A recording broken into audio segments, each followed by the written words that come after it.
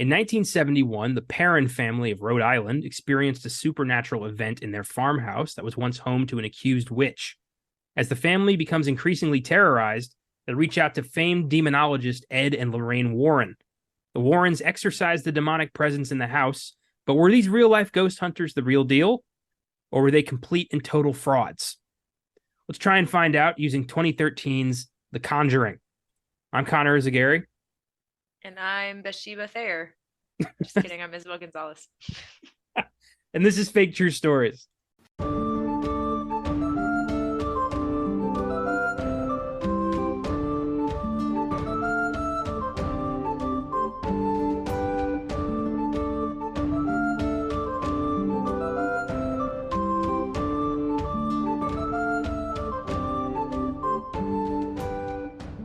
Welcome to the Filmgazm podcast. Specifically, welcome to our spinoff podcast, Fake True Stories, where Isabel and I discuss the historical accuracy of films that claim to be based on or inspired by true events. Today's pick is The Conjuring in honor of spooky season, one of the most financially and critically successful horror films of the 2010s. It spawned a cinematic universe that celebrated its 8th installment this year with The Nun 2, which I seem to be the only one on earth who thought was a decent flick. For God's sakes, people, give the Nun movies a chance. They're not that bad. Anyway, so my question to you before we get started here, unbiased, without research, just on your own gut feeling, what do you think happened in the Perrin house in 1971? For sure, some crazy things. I don't know if it was as crazy as they say, though. Like, I don't know. I don't think it was as crazy as they say. It's kind of like the Amityville Horror House. I definitely believe that, there's spirits and there are things out there.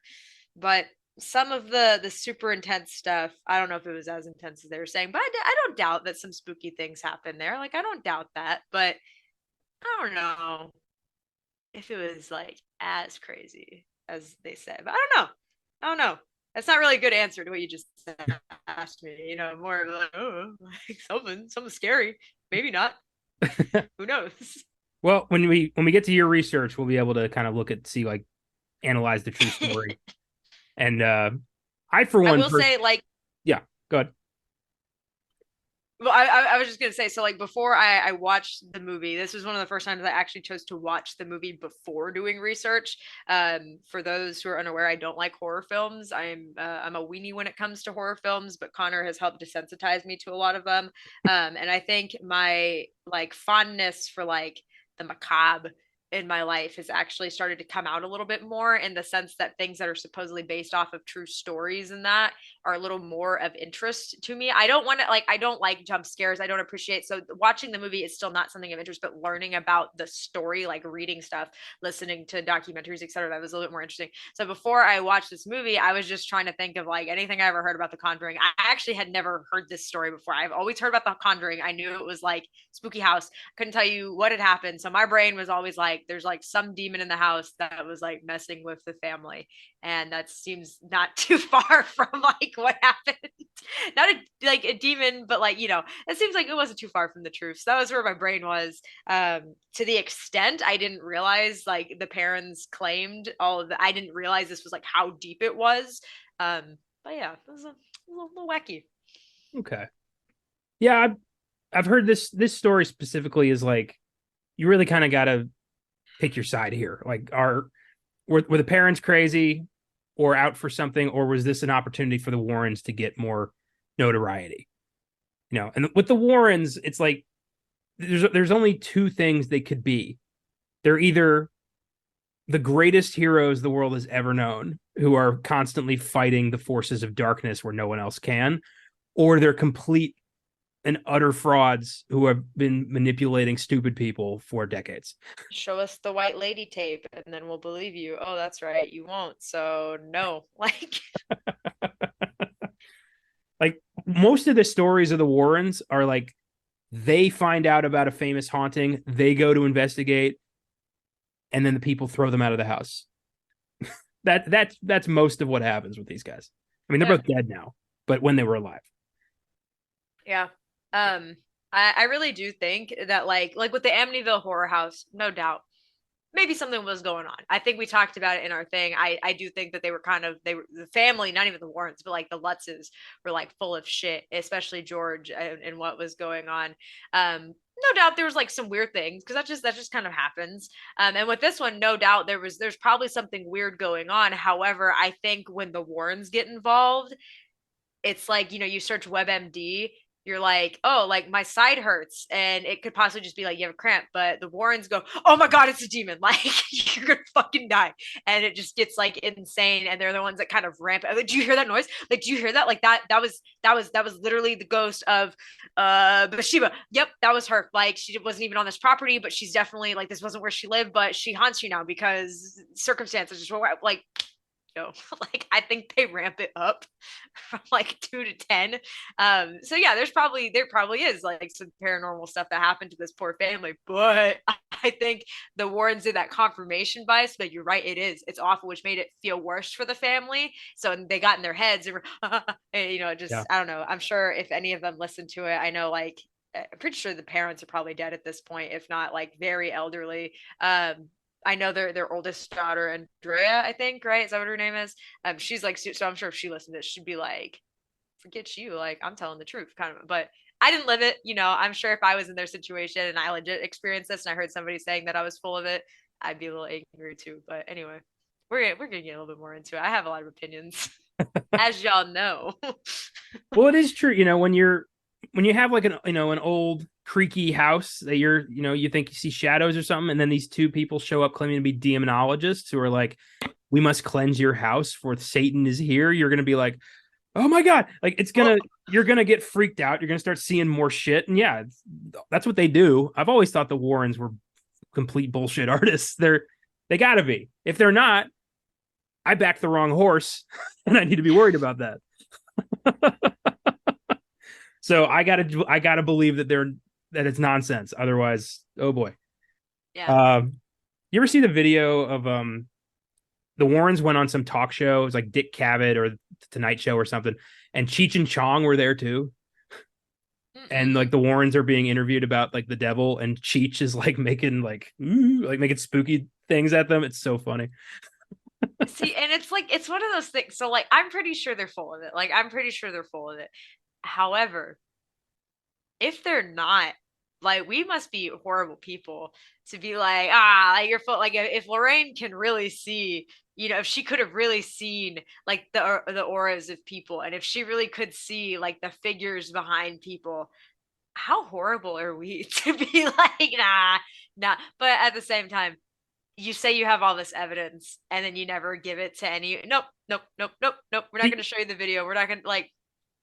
There's that, and then for me, the big one, they charged. Oh, well, yeah, that too. If you have the only power to see to the other side and you can help people in a way that no one else can, but you're also taking credit cards, I don't buy it. Yeah.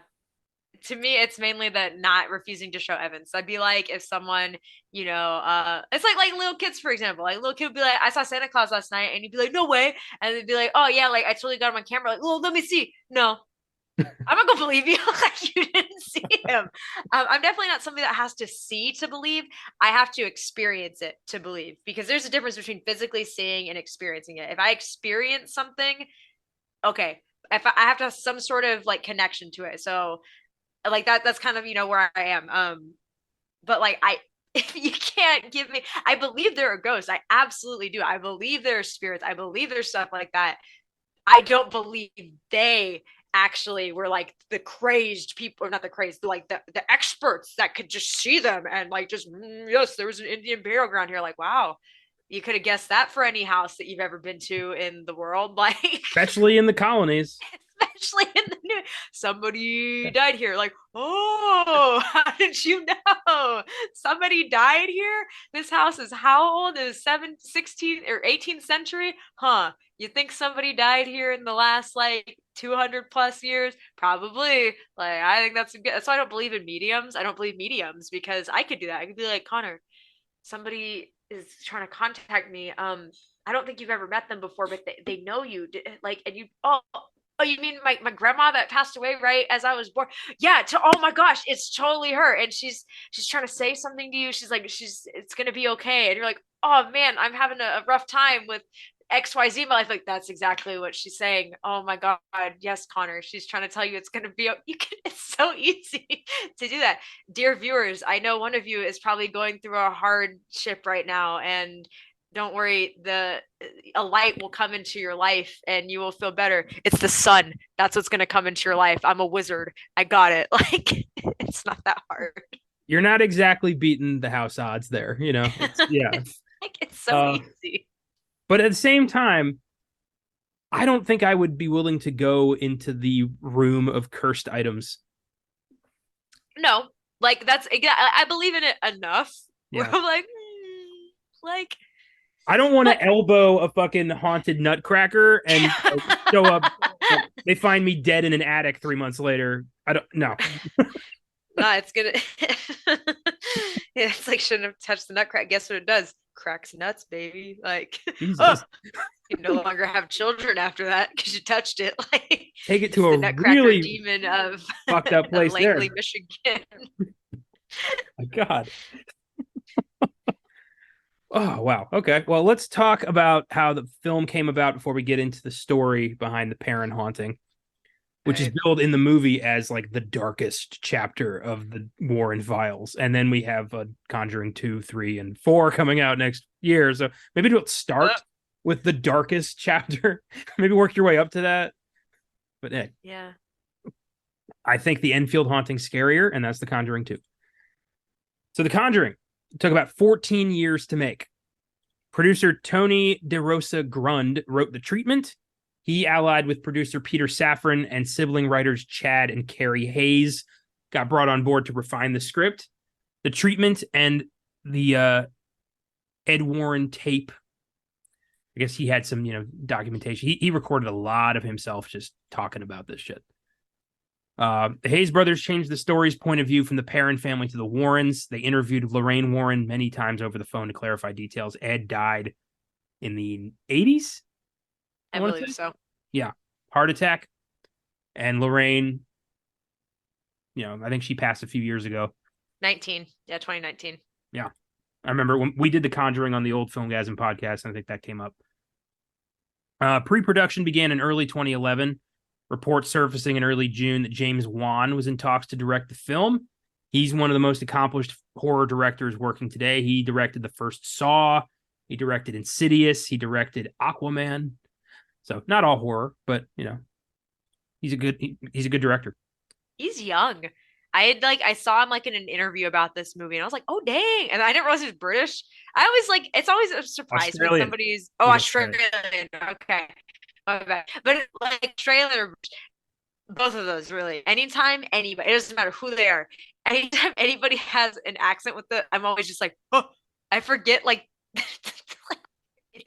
those exist. It's weird. It's really, I don't know how to for Christian Bale. I had no idea he was British. I'm always jump scared by British people because I just typical American. I assume everybody's either American or not, but it's I don't expect most people to have a British or Australian accent.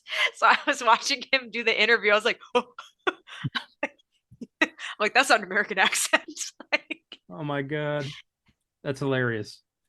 You need to do some world traveling. I'm going to England. I don't know. Yeah, I didn't tell you I'm going to England. I'm going to England in February. Yeah, so I'll go to where the people are speaking that every time they talk to me. Nice. I have a cousin in England and I have a friend in England. Maybe I could reach out, maybe give you some haunts to check out. Sick. Yeah, England's fun.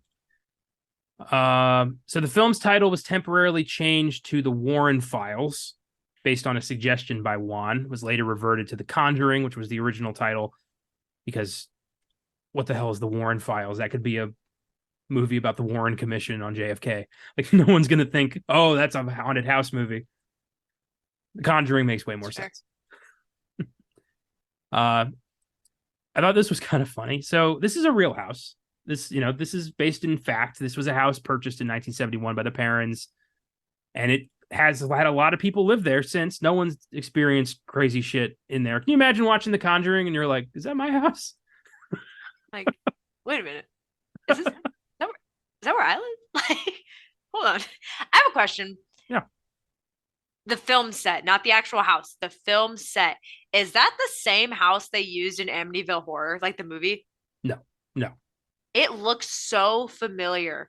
Like, I swear I've seen that house used in some, maybe not, but it just, when I was watching that movie, me and then one of my roommates here, we're like, that looks like the Amityville Horror house. And one of our roommates was like, well, no, these are two different stories. Like, no, not like the real one. Like, we know it's not the same house. Historically, the set looks like the same set. It was weird. Well, I mean, most colonial townhomes are going to look pretty similar. That's fair. Yeah, because they were both colonial, like actual colonial era homes. How did you notice that's where like all these things take place?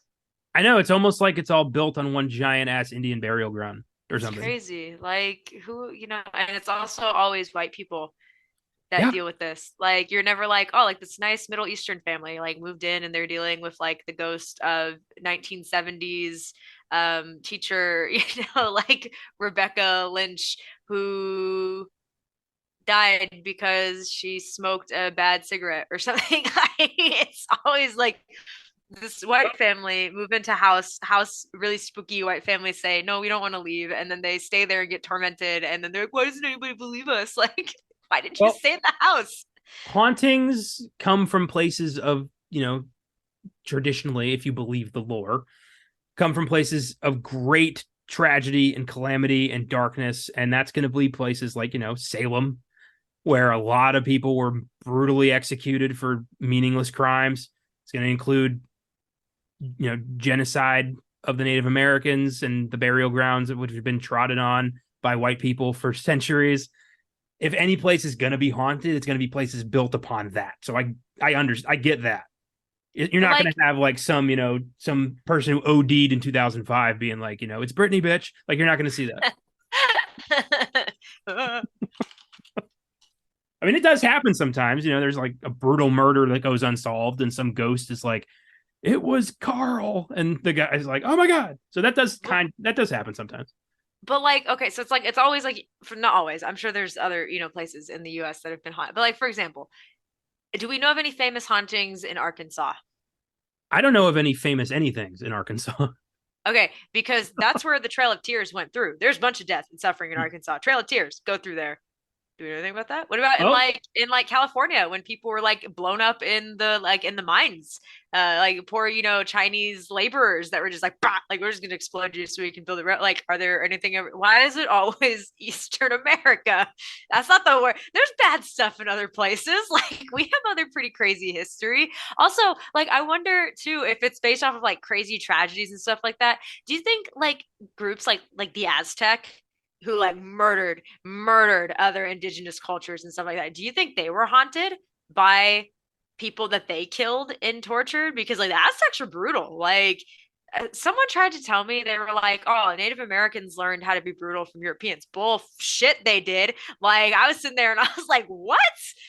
Aztecs? Like, hold on, I don't know. Anyway, I'm not gonna get into all that, but like, do you think any of them, or like, like way back when, like, older empires that also like not even just America, but just other entities in the world, like the Mongolians, going through, like, do you think Khan was like haunted by stuff? Or do you think people like after Khan, like in like the 1700s, who were like living in any of the places who like he threw dead cadavers over, do you think they've ever experienced anything? Or is this just like white people in Eastern America that they're this lady from the 1800s is trying to kill me?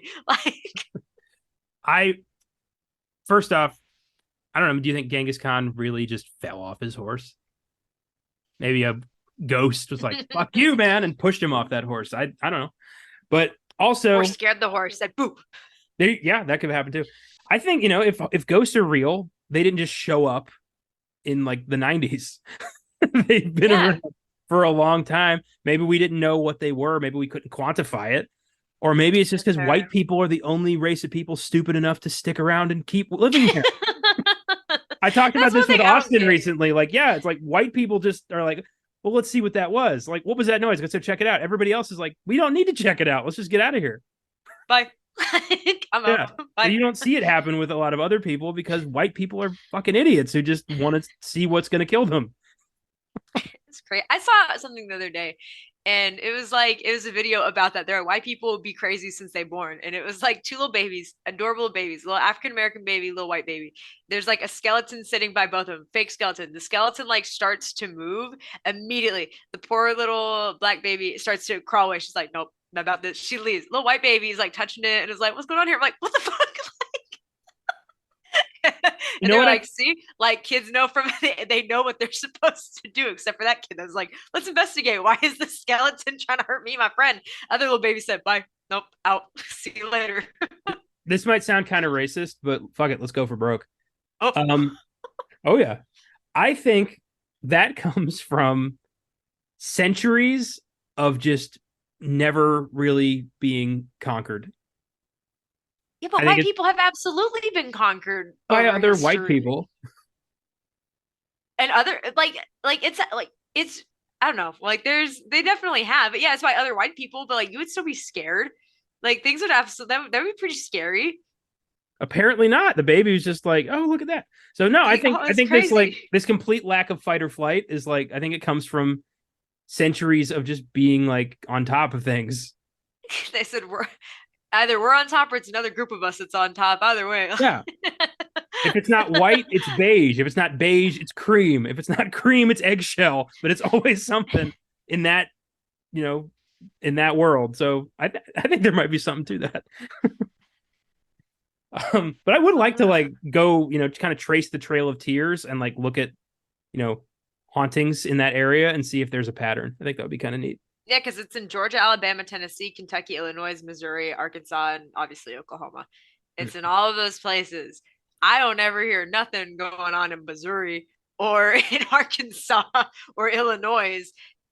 Alabama, okay. Like I've heard like Augusta and Savannah, especially Savannah is a little A like, lot of plantations ooh. are very Yeah, haunted. Yeah, that kind of yeah. thing. Like that makes sense. Like there's a lot of human death and suffering going on. If I was also, being held against my will as an enslaved person, I too would be like, fuck you for coming to visit my place and use me as like dark tourism. Ooh, ooh.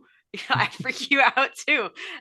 But yeah, it's interesting to me. I would love to look into the history. This is why I kind of wish I took Didik's dark tourism class because I feel I could have learned some stuff. I really wish I could have taken that class. But like how long have we documented paranormal experiences? Like when did humans start documenting the unknown and all that? Because I know like humans have believed in like demons and spirits and ghosts forever. Like that's not even Well, just like a Christian thing. Like all groups, their histories and beliefs for the most part have some sort of like spiritual realm.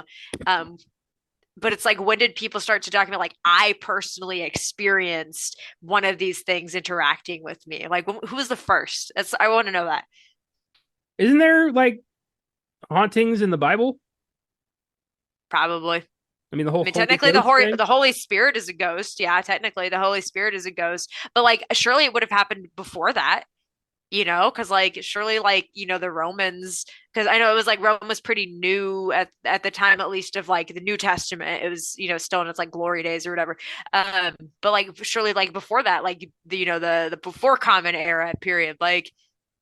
Did the Egyptians like they had some idea of like a really deep like just interpretation of like the afterlife and the Yeah. spiritual world. So like, did any of them like deal? I don't know. I really want to see. Well, I want to read like old documents yeah. of people from like earliest societies to start writing things down who are like, there's fucking ghosts. Like, there's a ghost, man.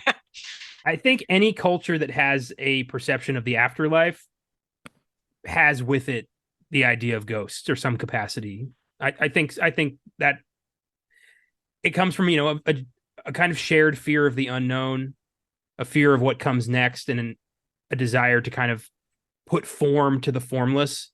Yeah. So I think from the moment we could walk, we were probably trying to figure out what happens after this. When Ugg gets shot with a spear, where does he go? He becomes a spooky Yeah, uh, Ghost Ugg. ghost. Ah, It's a fascinating thing to think about. I don't think that's ever really been explored. Like, where did ghosts come from? Not like literally, but Yeah, like when did they enter human thought?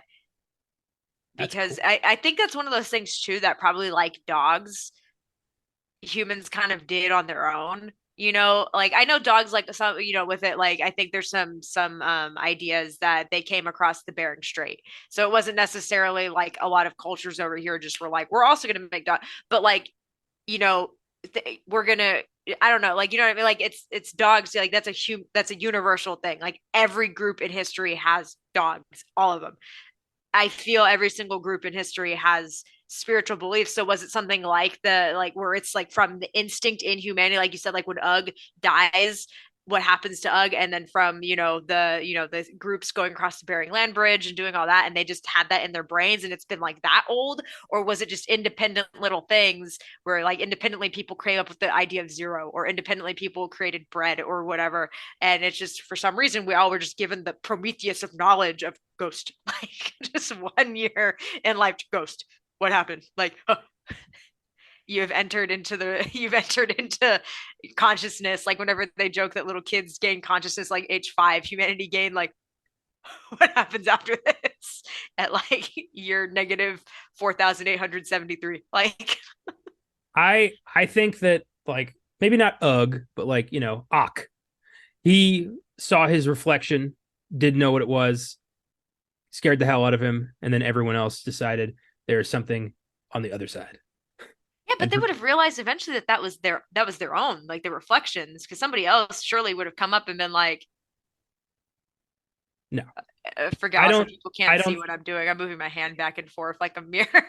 I don't trust the shared intelligence of humanity enough to believe that that's what happened. Oh no, man. I've seen us do some dumb fucking shit just lately. So no. We are going back to Yeah, we've got, people, I don't want to go on a political rant here, but yeah. intelligence is in short supply these days. uh yeah, that is fascinating though. I do want to I'd like to look into that. That would be a fun research project. Yeah, just like ghosts. When did ghosts show up? Like when did people start talking about it? Uh, so Norma Sutcliffe and Gerald Helfrich, they were the previous owners of the house on which the film was based, they sued James Wan, Warner Brothers, the other producers in 2015 on the ground that their property was being vandalized constantly as a consequence of the film. You make a movie based on an actual haunted house, you are going to get so many assholes trespassing on your property. That's just how it goes. Yeah. I mean, it's not even haunted houses. It's like any movie, TV show, whatever that has an iconic house at Breaking Bad. I absolutely would want to drive by the Walter White house. I would not throw pizza on it because I recognize people live there. I don't want to be a douche. I would do the move. If I walked by, I absolutely would like make the motion of like, like throw the pizza on the roof. I totally would. If I knew where the Napoleon Dynamite house was, I would go out there and be like, Tito, you fat lard, like come get some dinner. Like I would absolutely, I would not go on their property. I would drive by it just to see it. Like I would be like, oh, like there it is. Like I saw a video. I guess the people who have the Breaking Bad house. They have a giant fence. They monitor it at all times because people just go up there and like try to take like Heisenberg shots and stuff like that. And there was this guy. There were two guys. One guy was dressed like Heisenberg, and the other one was dressed as Jesse Pinkman in like the skull cap and the jacket. And they're trying to do a video, and the owner is right in front of the house, being like, "Nobody gives a shit," like just screaming at them, like, "Fuck off! It's over! Stop it!" And they're like, "Dude, just let us get the video." And he's like, "No." It was really funny. They're so over it. also though, why would buying that house, buying that house or any buying the Amityville horror house, buying the Munsters house, doing any of this, that is going to happen. Why Well, would you buy it? Amityville, yes, because that was a huge famous story. Breaking Bad and the Parent House, like Breaking Bad especially, was just like they needed a house to film at in Albuquerque, and this looked cool. It wasn't a famous house until the show took off, and then the owners had to deal with fucking roof pizza and fans. So was it a house that they got permission to use, like the Yeah. outside of? So Hmm. it's the same owner. So the owners still own the house who owned it when the show was filmed. I think so. Yeah, because you could sell Okay, that house for so it wasn't millions like now. anybody like bought it or whatever afterward. Okay. Because yeah, if you went and you bought that house after the movie, like or after the show, come on, man. Like And the parent house, like that wasn't a huge story either. That was just, a blip in the, you know, escapades of the Warrens until this movie came out and everyone was like, what? There was another Amityville style crazy horror house. Oh my God. Speaking of, the beginning of The Conjuring 2 is the Warrens investigating Amityville. nice. You should check that out. Nice. Apparently there was a demonic nun who got in on that, Oh, according to the movie. That's how we got the Nun spinoff. Isn't it great that history worked out like that, where there's a monster that they could spin off of? that's crazy. They said, "Whoa, look at that. We can make a sequel." It's almost like it's all bullshit. Um, so Entertainment Weekly obtained documents in which the owners affirmed various home invasions. Said they'd found numerous objects affiliated with satanic cults. So people were like breaking into the house and like trying to worship some demonic force. I don't get that. Yeah, I don't get that. I don't think that I happened don't to them. I like it's not even I don't think that necessarily didn't happen. I've never understood people like trying to like if you believe in it, right? If you believe in it, dealing with dark magic or dealing with worshiping of like Satan and all that. Because if you believe in, that deity and you believe in all that and you're going off of like the interpretation of it, like he's a dark lord, like he's an evil being. Dark magic is an evil thing. So people like practicing dark, like I'm gonna sacrifice a cat. Like, what's wrong with you? Like, what is wrong with you? I get why people like a long time ago were like, witch. Because if you're just like, oh, like I'm doing like little stuff to like help bless people, it's like, okay, I'm sacrificing a cat so that I can put a curse on this area. Like, you're just an asshole. Like, why? Why? I, I am way more fearful of the god sacrifices than the devil sacrifices. I feel It's like just the devil, I've always thought of him as more of a warden, keeping shit locked down there so that like the dark shit doesn't get out of hell. Someone's got to keep a lock on that door. That's how yeah, I like always viewed Hades. him. Yeah, kind of like Hades or like Lucifer from the Netflix show, who's just like, fuck you, dad, I'll have my own life, which was awesome. I love that show. Yeah.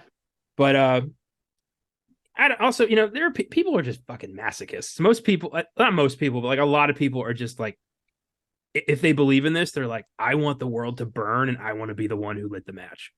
It's just so that's I think really where I'm like one of my former roommates who was living here with me, very much a part of like very spirituality in the sense of like there's spirits around us and like that kind of more like the pagan kind of ideas. And they were telling me that they don't even like they don't fuck with people that do dark magic because they were like, why? Like, if you're doing that, like, you're just an asshole. Like, it's not like I think that's like the same thing with like I can't if she ever listens to this, I'm sorry, I should know more about like the kind of stuff, but she also is kind of like witchy vibes and stuff like, oh, like we're gonna do like blessings and we're gonna like sacrifice like the moon goddess and stuff like that.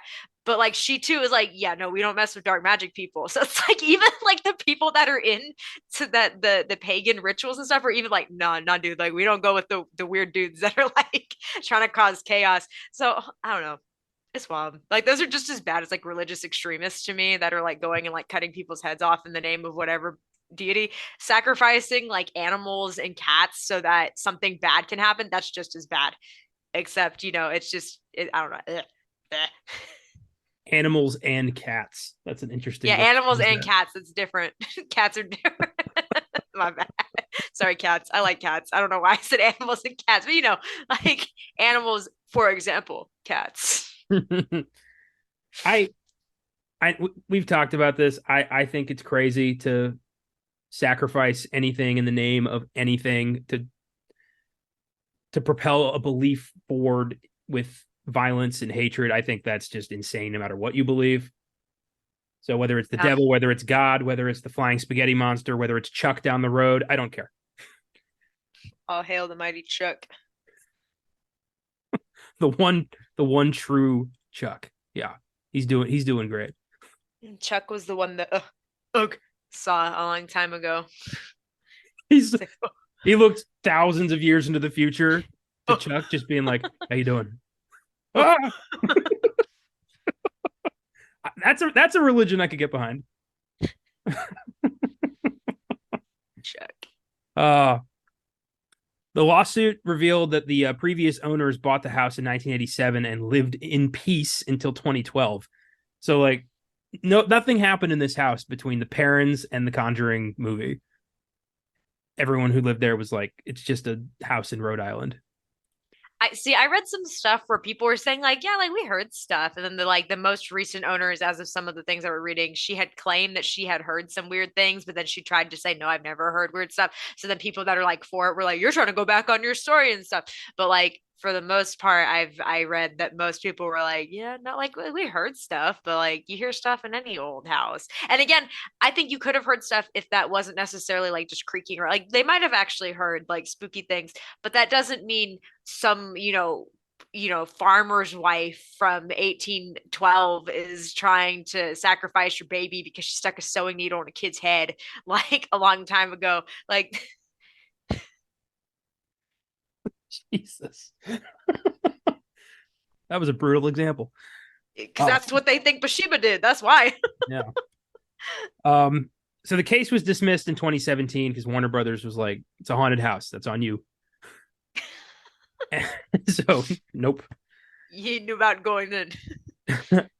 The success of The Conjuring has spawned several related films and sequels. There's 2016's The Conjuring 2, 2020's or 2021's The Conjuring, The Devil Made Me Do It, which is about the only time in U.S. history that possession by the devil was a valid defense in a court of law. So there's a documentary on Netflix that just got released about that I think it's called The Devil Made Me Do It or something Said, like that. hey, I'm sorry I didn't pay my child support because the devil said you will not pay for your child's education. And I said, oh, my bad, okay. He threatened to kill my cat, bro. Well, I wish the guy brutally stabbed somebody like 100 times, killed them, and Oh. then said, "I didn't do it. I was possessed by the devil." And the Warrens are like, "They're he was possessed by the devil, Your Honor." He's right. Yeah. And then tried to defend it. That's what the third film's about. The third film kind of sucks, by the way. Then there was the Annabelle spinoff. We meet Annabelle in this movie. The real Annabelle was a Raggedy Ann doll, but that's not creepy enough. Not as creepy. So they made up their own Annabelle. There's 3 Annabelle movies. There's 2014's Annabelle, 2017's Annabelle Creation, and then Annabelle Comes Home from 2019. Only the second one's any good. Creation's the only one that's pretty good. The other 2 kind of suck.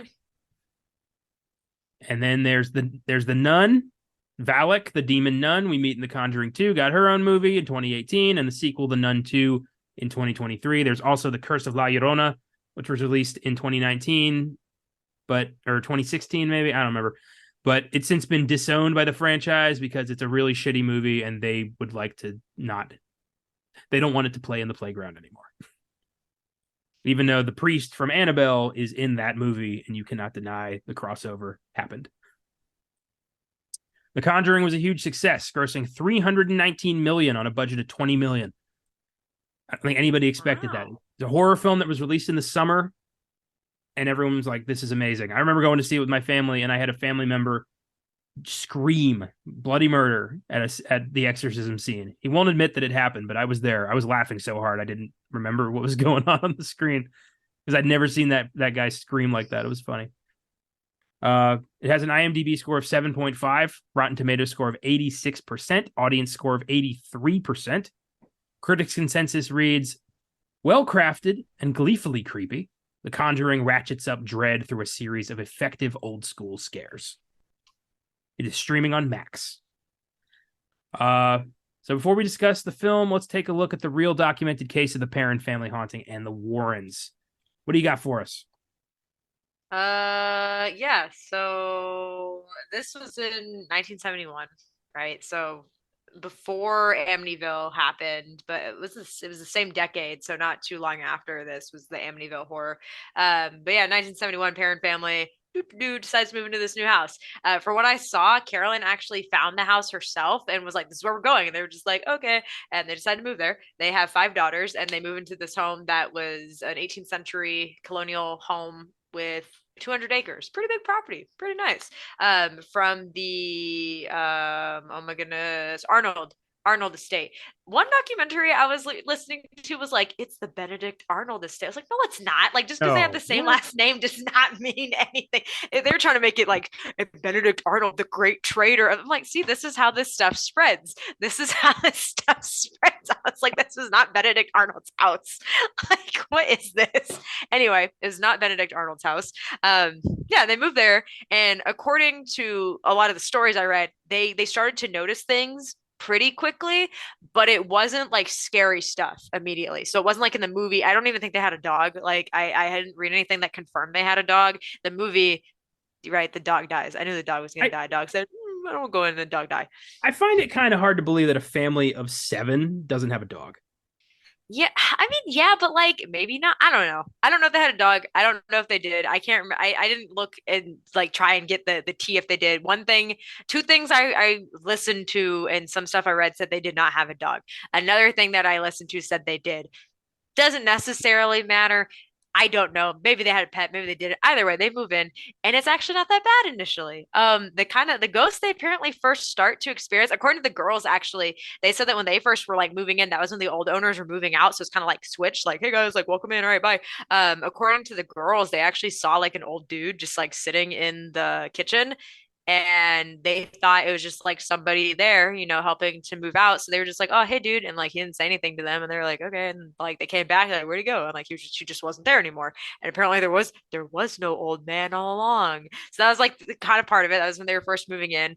And then there was some other stuff. Like initially, I think Andrea, the oldest daughter at the time, she mentioned that there was like a really nice like female entity that apparently would like tuck the girls in every night and like kiss them on the forehead, like, good, just like nice, like motherly, nothing like weird, like, whoa, sexual, but just like, oh, like have a good night. So like they had like a cool relationship. And then they had another one that was like a little sweeping ghost. You just like to sweep stuff. They'd hear the broom going, and then they'd come downstairs and the broom would be somewhere new and there'd be a little dust pile next to it.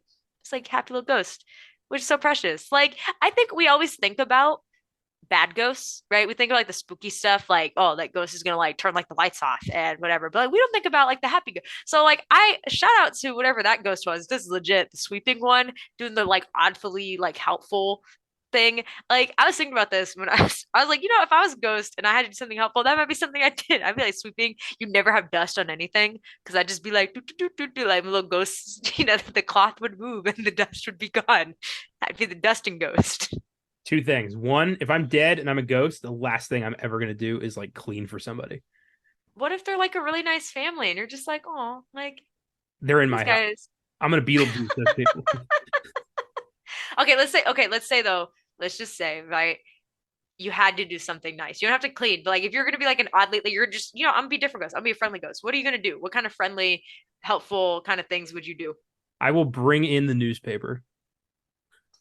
That's pretty cool. Yeah, that'd be kind of right. Imagine a family just like wake up like, what in tarnation? Like I could have sworn. Like they might like the dad might go out one day and be like, "Hey Billy, like thanks for bringing the newspaper up to our door." Like I don't do that, Mr. Jackson. Like I throw it right here on the doorstep. He's like, "What?"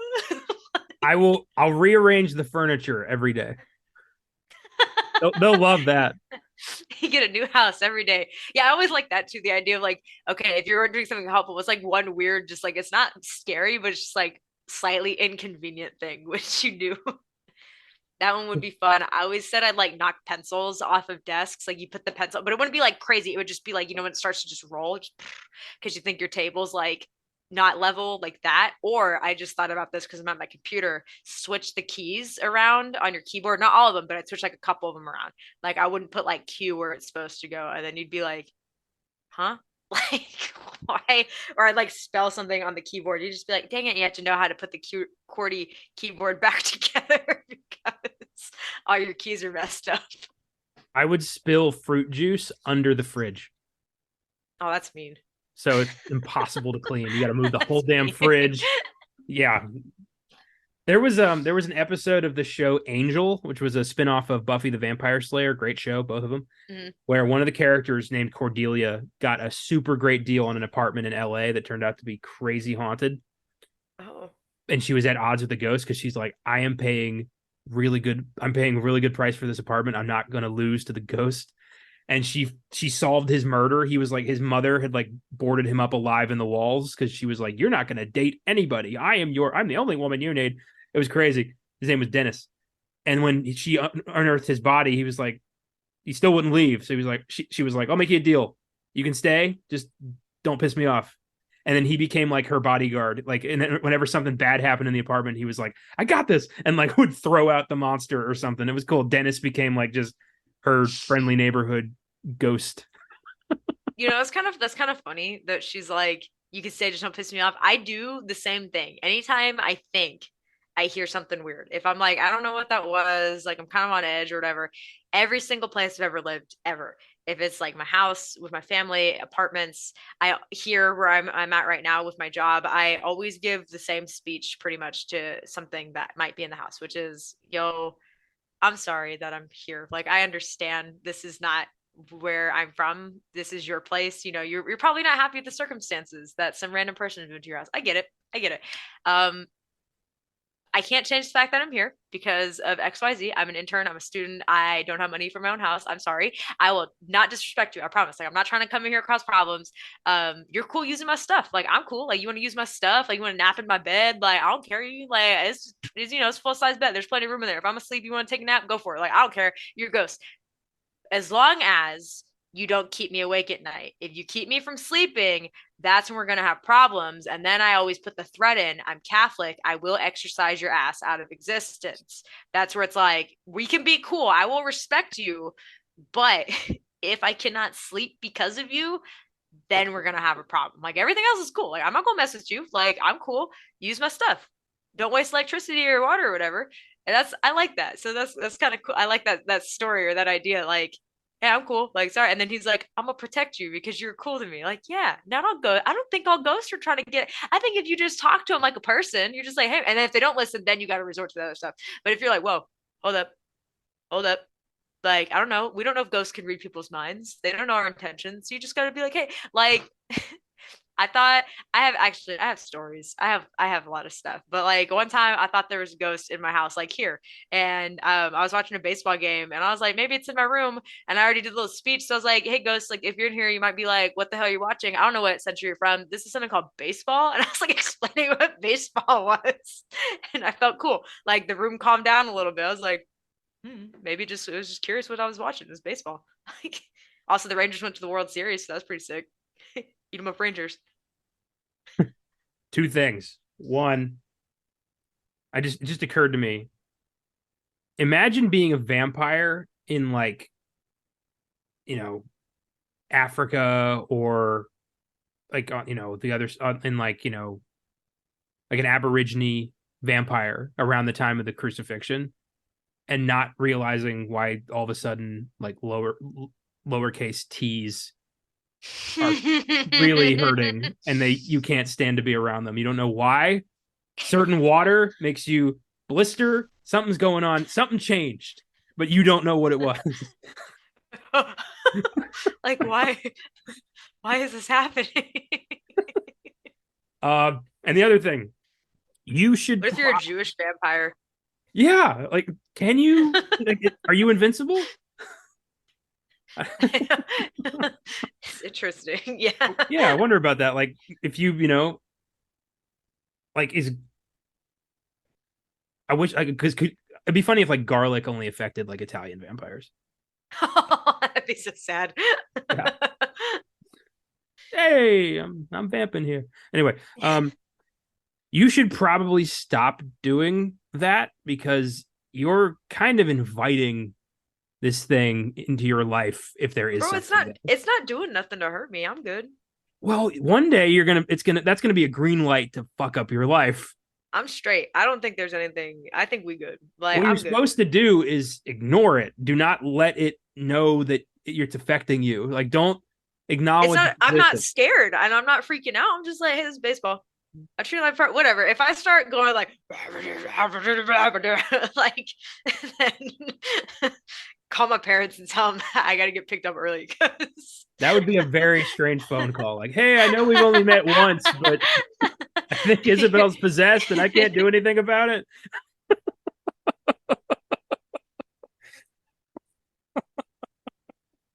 I don't know. I'm on the mindset. I don't think that all spirits or demons are evil. I don't think that every noise you hear is something automatically trying to ruin your life. I don't think it's always something that's going to possess you or whatever. I really think that some of like not all of them are like not all of them are from the 18th century and are like some of them could be from not that long ago. Some of them could be from way longer, and it could just be like, oh, I just died and just for some reason I can't get to the other life, so I'm just kind of here now. Like, or I was in the other life, but I was like, nah, I want to go back to the earth and just like mess around and like. That's true, but I don't want to accidentally, I'd rather err on the side of caution and not invite one that is here to destroy my life because I wanted to talk to the cool hippie ghost. And Pretty sure my oftentimes ghost likes Nirvana. I remember you showed me that was weird. But I feel like, most of the time, like the bad ghost is not open with, hey, I'm fucking, Azazel and I'm here to tear your life apart. No, they're like, hey, what's up? I'm a cool, fun ghost little girl with the Ouija board. Let's talk. Well, I'm not using a Ouija board or any of that. I'm not allowed to. Um, Good. yeah, I don't use Ouija boards or nothing. I'm not gonna do a seance or whatever. But I'm just like, hey man, like if you're in here. But again, I'm Catholic. Like I pray every night. Like this is a very blessed room. This room is constantly being prayed in. Like if ghosts really are like, oh, we don't like holy things. I don't know why they'd still be in here if they were really angry about that stuff. Like I'm pretty strong in my faith, and it also seems to be a lot of times when people get like they're not spiritual, they're not that, or they're not as connected to their faith, because like I think this family, they weren't religious. No. Yeah, they were, and it's not all the time. Like sometimes it could also be like the other way, like you're super religious, you're just like, oh, it's like everything, but like it's like when you brush your teeth 5 times a day but you still get a cavity. Like, yeah, like I don't know, I'm cool, I'm cool, but that would explain why I've been waking up in a different part of my apartment like at least once a week. maybe you just got to talk to it and say, come on, man. My first week here, I friend. saw something standing in my living room. Tell it you have a Catholic friend, and I'll come exorcise it out of existence. Threaten it, and then invite it to watch baseball with you. No, I want to do an Ed Warren style unsanctioned exorcism because I kind of know about it, which is what he did. He didn't do it. Yeah. Anyway, yeah, we're gonna talk about that. We're gonna talk about history. We're gonna keep on going. Anyway, back to the story. Friendly ghost, happy friendly ghost, sweeping ghost, not pouring juice underneath fridge ghost, not watching baseball ghost, but like friendly ghost. Unfortunately, though, there already was kind of a creepy thing that happened when they moved in. According to the family, when they moved in, when Carolyn and shoot, what's his name? Where's it at? I had his name. Oh my goodness. Carolyn and her husband, they moved in. Roger, there we go. Got it. Roger. They moved in. I heard it was either the previous owners. I also heard it was like the person who sold them the house. Either way, they get the keys and they're like, for the benefit of your children, leave the lights on when you go to bed. That's what they told them. Not a good way to start off your oh my god, I'm gonna do that the next, like when I move out of this place, and like if I get to like meet the next renter, I'm gonna be like, for the love of God, make sure you flip the switch on the dishwasher only at 8:05. Only at 8:05. Like be very serious and specific about it. Only. Because like I've moved into a place before and had a neighbor give me some foreboding warning. However, it was not ghost related. I moved in my first apartment in graduate school. I was moving my stuff, and my neighbor came, howdy neighbor, like how's everything going? I was like, oh, it's going good. And he's like, oh, you just move in here? Like, yeah, so I moved my stuff in. And he's like, oh, okay. Did they tell you about the flooding? Like the what? And they're like, yeah, when it rains, you might want to watch the floors. Like, huh? And it's because it flooded all the time, because the place that I rented was Lemon, and the people that I rented from, Skiles, real estate in San Marcos, Texas, do not rent from them. They can go to hell. Skiles, AMS, they are the worst. They rented me an apartment that they knew flooded, that they knew took on water every time it rained, and they didn't bother to tell me anything. I could have sued them for the mold, breaking the mold addendum, because I put mold test kits in there. That was my foreboding neighbor beware of the floors, they leak water, not because of some demon, but because Skiles real estate sucks and won't pay enough money to fix it, and instead they're gonna rent it out, and then they're gonna have their tenant break the lease because they threatened to sue them, because that's what I did. I said I'll kill you, and they let me out. That sucks. I remember you telling me about that, and I remember feeling really bad that I couldn't help you. Yeah, that was at the beginning of graduate school too. That was No. like the first semester or second semester. It was after, because we met online in Townsend's class or Murphy's class. Yeah. Yeah, Murphy's class. And then when we had in person, I guess, courses, that was, yeah, that was within, I think I moved in August, no, late July. I was out by October, the end of October, because it was anytime it rained, water would seep up through the floors. I have it all documented on Instagram. It was a very stressful time in my life. Not happy about it. I definitely tried to go over to that house, to that apartment a couple times and knock on the people's door because they rented it out again, just to be like, to be the foreboding, oh, you better be watching out. Like, your floors are gonna leak because they don't know how to properly fix things. You should you But should yeah, have so like you should have like dunked yourself in like a bucket of water so you looked all like you were floated to death and be like, don't do it. Stay away. I Chuck think it would didn't be a save fun. me. I think it would be this is kind of shitty, but also like I feel like it would be really fun to like hang around open houses and just tell people like, did they tell you about what happened in here? Did you hear about the murders? I wouldn't move in there, man. I wouldn't do you probably get sued for doing that. You'd easily get sued for that. But yeah, sadly, unlike me, Carolyn and Roger did not get just as simply like, oh, be careful, it gets really cold in the winter. It was a yeah, leave the lights on for your children's sake. But again, when they first moved in, like nothing really happened, but stuff started to happen within the year because the Warrens actually didn't show up as soon as they moved. They showed up like a year later. They were experiencing this stuff for a while. But it started to get worse when like at night, like around like 5:15 in the morning, they would start to smell rotting flesh like in the house, like almost every night. I think in the movie the girls were like, stop farting or whatever kind of a thing. But like they apparently started to smell rotting flesh in the middle of the night, and they reported that like their beds would start like lifting into the air and then they just be thrown from them, or the girls would have like, their hair pulled and they were moved around the house. One of the girls claims that some ghost actually like came up to her in the middle of the night and was like, there are 7 dead bodies buried in the walls, and like told her that, and they were like, what? Like they said that there were soldiers that were buried in the walls. And according to even some further things, they did not include this in the movie. Andrea claims that there was also a really bad, like it wasn't Bathsheba. We're not at that point yet. There was another one that was almost as bad, probably worse, honestly, than Bathsheba in the sense of what happened. She doesn't go into detail in it. Every interview, pretty much, she says the same thing. She says, "quote Let's just say there was a very bad male spirit in the home with 5 little girls." Jesus. And the family still stayed there. They claim it's financial stuff. If your girls, I'm not going to say this is what happened, but you're thinking a male spirit, 5 little girls. What are we all thinking? We're all thinking, getting touched, pedophilia. We're thinking that stuff. Why the hell would you stay in a house where your girls are telling you we're getting inappropriately molested? Because that's kind of like, was it a male spirit or was something happening with your dad? Like, that's just, if we don't believe in ghosts, was something happening with your dad? It's that, to me, that's pretty disgusting on the family's part for choosing to stay in the house. I know finances are hard. I get that. Like, we can't move anywhere. You're going to choose to stay and let your girls get like molested and raped or whatever, instead of, facing like, I'd rather be homeless than have my girls be scarred for life with that kind of stuff. Like, homeless, we're not getting raped. Like, at least in that sense, we can go to a shelter, we can find family, we can find someone at school that can help us, but that, to me, that's insane. I can't imagine that. Real quick, I just want to clarify: we are in no way saying that Roger Perrin was a pederast. We have nothing to back that up. No. Yeah, no. Yeah, but yeah, there is nothing confirmed. There's nothing that says that, but that's just, if you don't believe in ghosts, you're like, what? I don't. A kid would not make that up.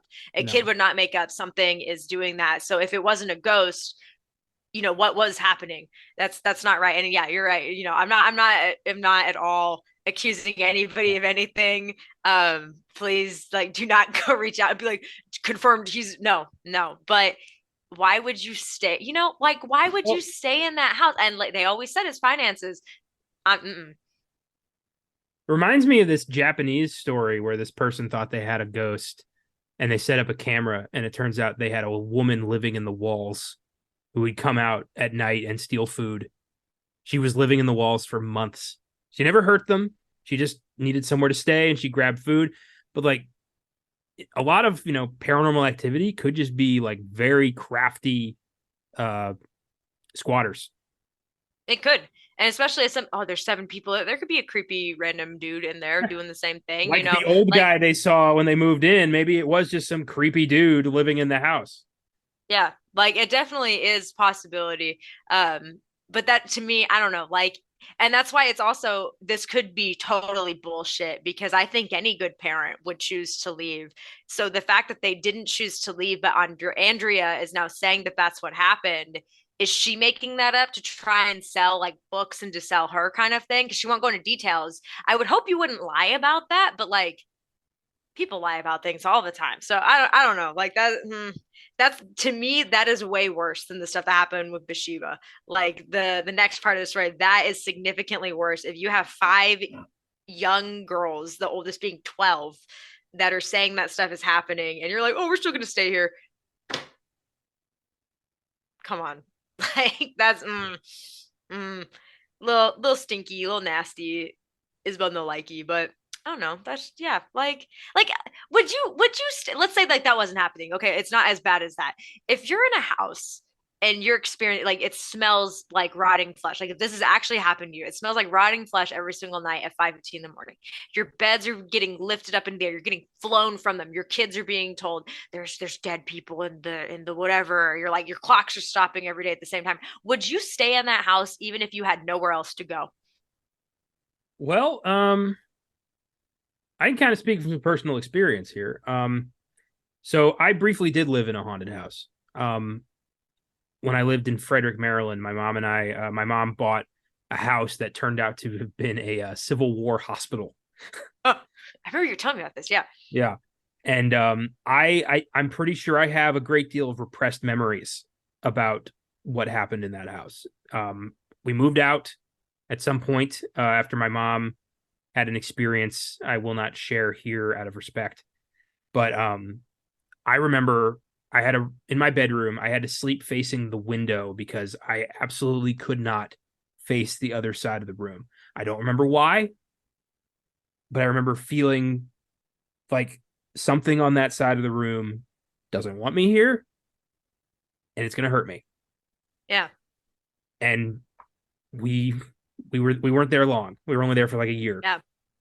But yeah, I'd love to, I don't know, undergo hypnosis or something and find out, find those memories. Yeah. But I'm afraid of what I'm going to find out. It's frightening. Once I found out that, like, a lot of people died in that house. that was freaky. Imagine, yeah. Yeah. So I don't know. I think my mom did the right thing getting us the hell out of there. Yeah. But yeah. Obviously, excuse me. You didn't have that choice of leaving, as a kid. Like, you couldn't just be like, my mom, pack it up, see you later. Like, I'm gonna go live somewhere else. I'm gonna go live under a bridge. I'm gonna be a troll now. Like, but I don't know. Like, I get finances are hard, but they stayed in this house for a while. They were there for more than 2 years. Like, they were there for a long time. A long time they lived in this house. And people were constantly questioning why. And they always said it was finances. I don't buy. I either don't buy that they're staying because of finances, or I don't buy that this even happened. Because if it's as bad as this family says it was, there is no damn way you can tell me you would have stayed in that house with the amount of stuff they claimed happened for that long. Like, like, something is not correct here. I do think stuff definitely could have happened, but like, to the extent that they say it, well, it's easier to go out and just, figure shit out, abandon a house when you're haunted if it's just you, or like you and your partner. But when it's a family of 7, you got 5 kids, there's not a lot of options for what you can do. I mean, if this is really happening, it's not like you can just like, go get a motel room long term or, live on the street. You got 5 kids. So, I mean, the haunted house is kind of all you got. Like I do, again, I get that aspect, but I think it's really the part where she says bad male spirit with 5 little girls. Yeah. That's where it really hangs me up. You would keep your children in that house, even send them somewhere else, send them to they went to school, send them to someone's, see if somebody would take them in. I guarantee you there would be a couple families, even if you'd have to split them up, they would have been safer if this is legit happening. So the fact that they didn't meet either is like poor parenting, or this is bullshit and it wasn't actually as crazy as it was, because I really would like to think it's that, and it's not that the parents are, we're just going to keep letting our girls get touched by ghosts. Like, yeah, fair enough. I don't know how I would handle that kind of situation, because like on one hand, your kid is telling you that they've been molested. On the other hand, it's a ghost. So like, I don't know how I would handle that. I mean, I'd try to do an investigation of some sort. I don't know if I'd take it to the police. It's a ghost. It's a ghost diddler. I mean, how do you handle that kind of report? I mean, you want to be angry, but like, what are you angry at? How can you fight that? Yeah. If it's even true. It's I don't know. I don't know. I think that's really where it gets me. Like when I got to that detail, I was like, hold up, man. Like, wait a minute, wait. That's why it's like, I think some of this is true, but I don't think it was as true as they say, because I think with that detail alone, that would have been enough, I think, for any parent to be like, at least my kids are getting out of here. They would stay. I get it. They can't move. I get it. It is expensive to move houses. That's very expensive. Why would you leave the kids there? That's what it is. And everybody was experiencing stuff. It wasn't just the kids, because even like the dad later on claims that he was getting some sexual stuff going on, but it was like favorable stuff for him. And even the mom was saying, yeah, exactly. Yeah, stuff keeps going on. So let me keep going through history, right? Okay, so that's the male spirit. That's the male spirit. We don't know. Why were all the rape ghosts cut out of the movie? Because apparently if they made it actually the way the movie is supposed to be, like the actual story, it would have been NC-17, and they didn't want it to be NC-17. Jesus. They wanted it to be PG-13, and the parental rating people were like, no, like they ain't no way you making this story PG-13. So they got it to be an R, but if they had actually made it exactly what happened according to the parents, it would have been NC-17. Because you can't put children getting inappropriately, touched by a ghost or whatever. Like that's awful. Like how would you film that? How would you tell, okay, child actor, I want you to sit here on the bed and just start crying, and we're going to CGI a ghost, well, they're not, I hope to God they wouldn't film it. They would just have it in the movie, be like, Daddy, I have to tell you something. Oh, hopefully they do it that way. You don't film that shit. My God, no. I can see a movie doing it where like a girl's asleep and you just seem like they just like wake up, and then the next morning, Dad, let me tell you what happened. Like, holy shit. And it's just like, huh. Either way, like it's crazy. So there's that, right? There's that. Bathsheba, this is the next one that comes in. So that's kind of the stuff that was going on. Not good situation.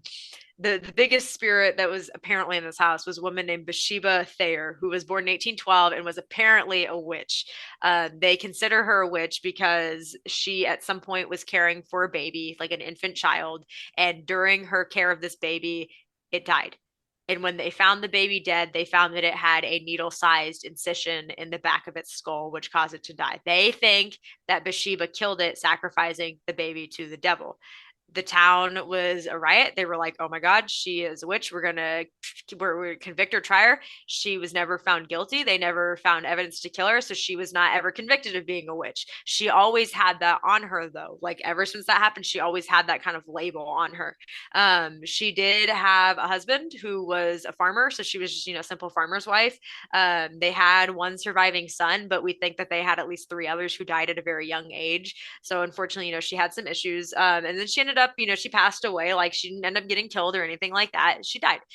According to legend, they say when she died, she turned to stone. Her body just like turned into stone because they think she made a deal with the devil, which made her like the most beautiful woman in the town.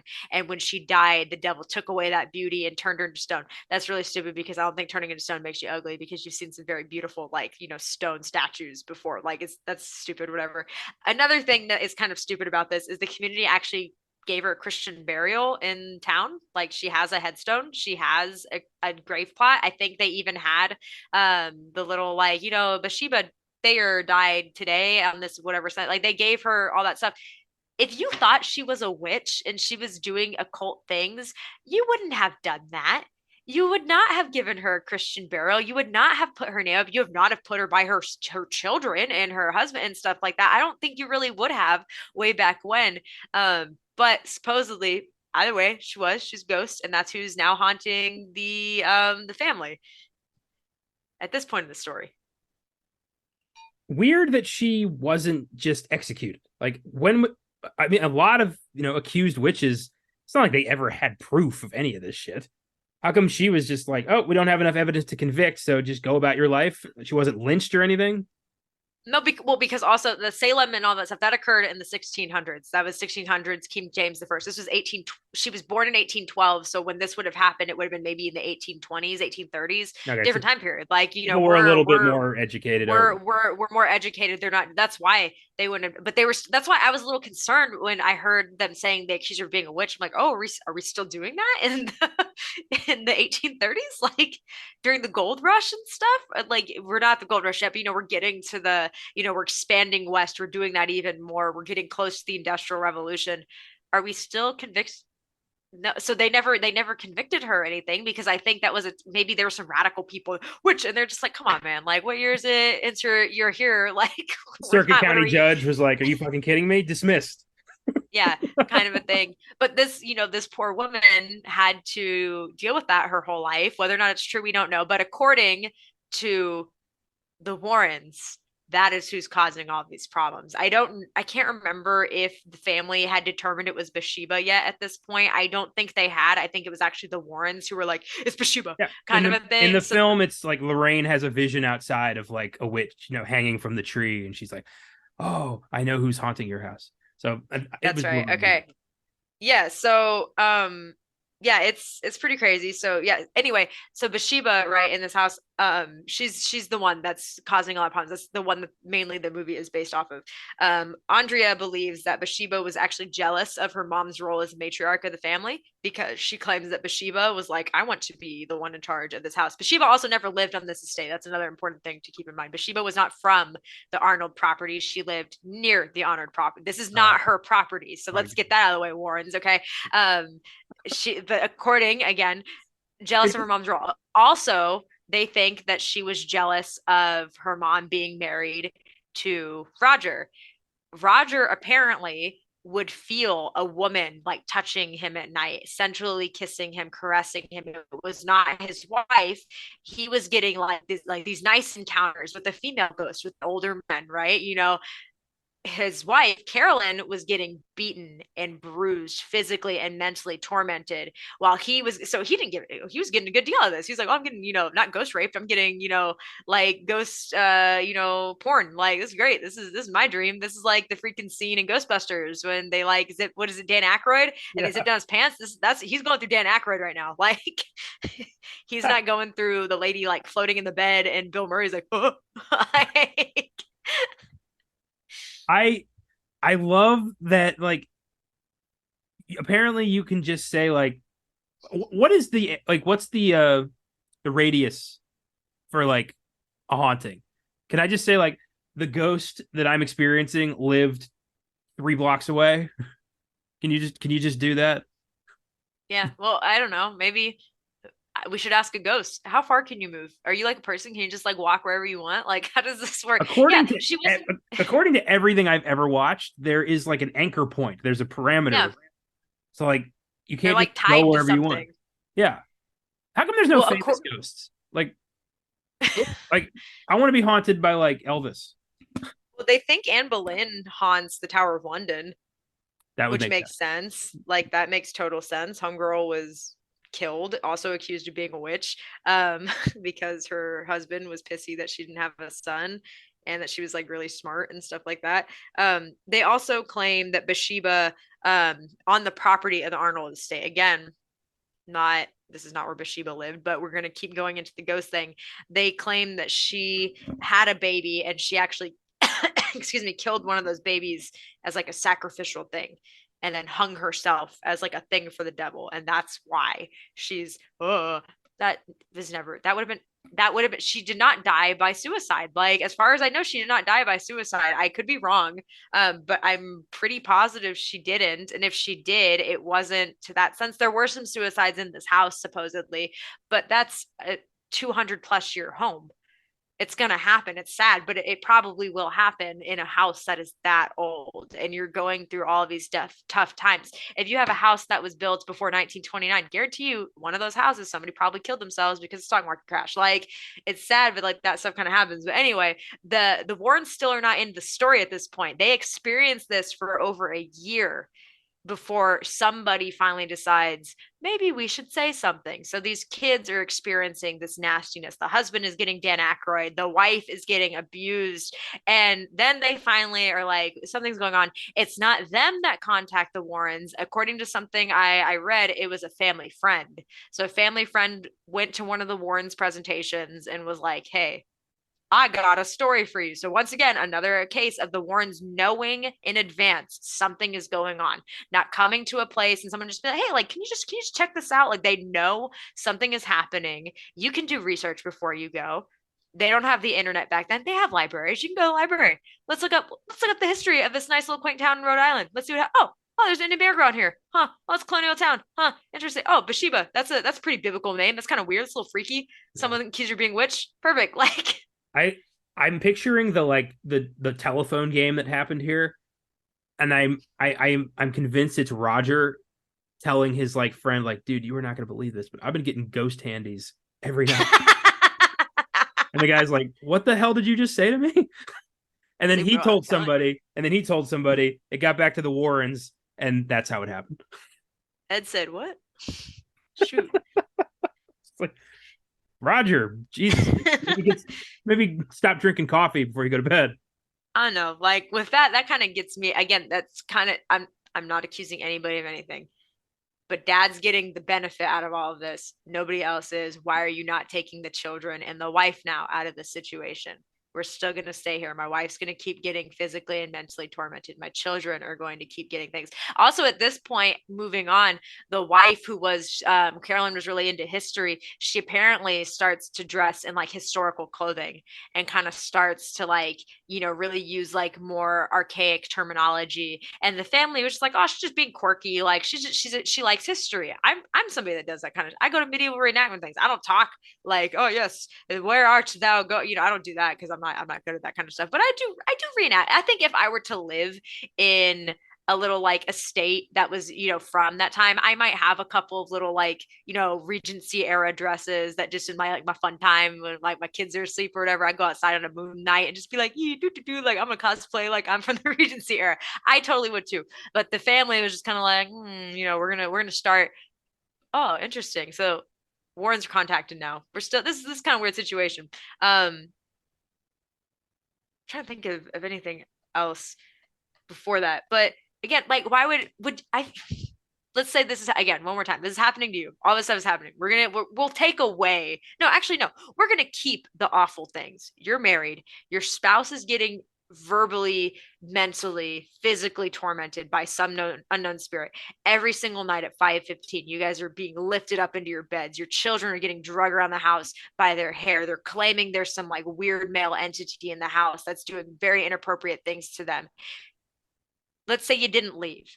How long would it take you to say something to somebody? Would it take you a year? As soon as the ghost handies stopped, I'd say something. No. So you are like Roger. I hope I do the right thing. If shit was happening to my family and they were terrified, I would absolutely get them out of there as soon as possible.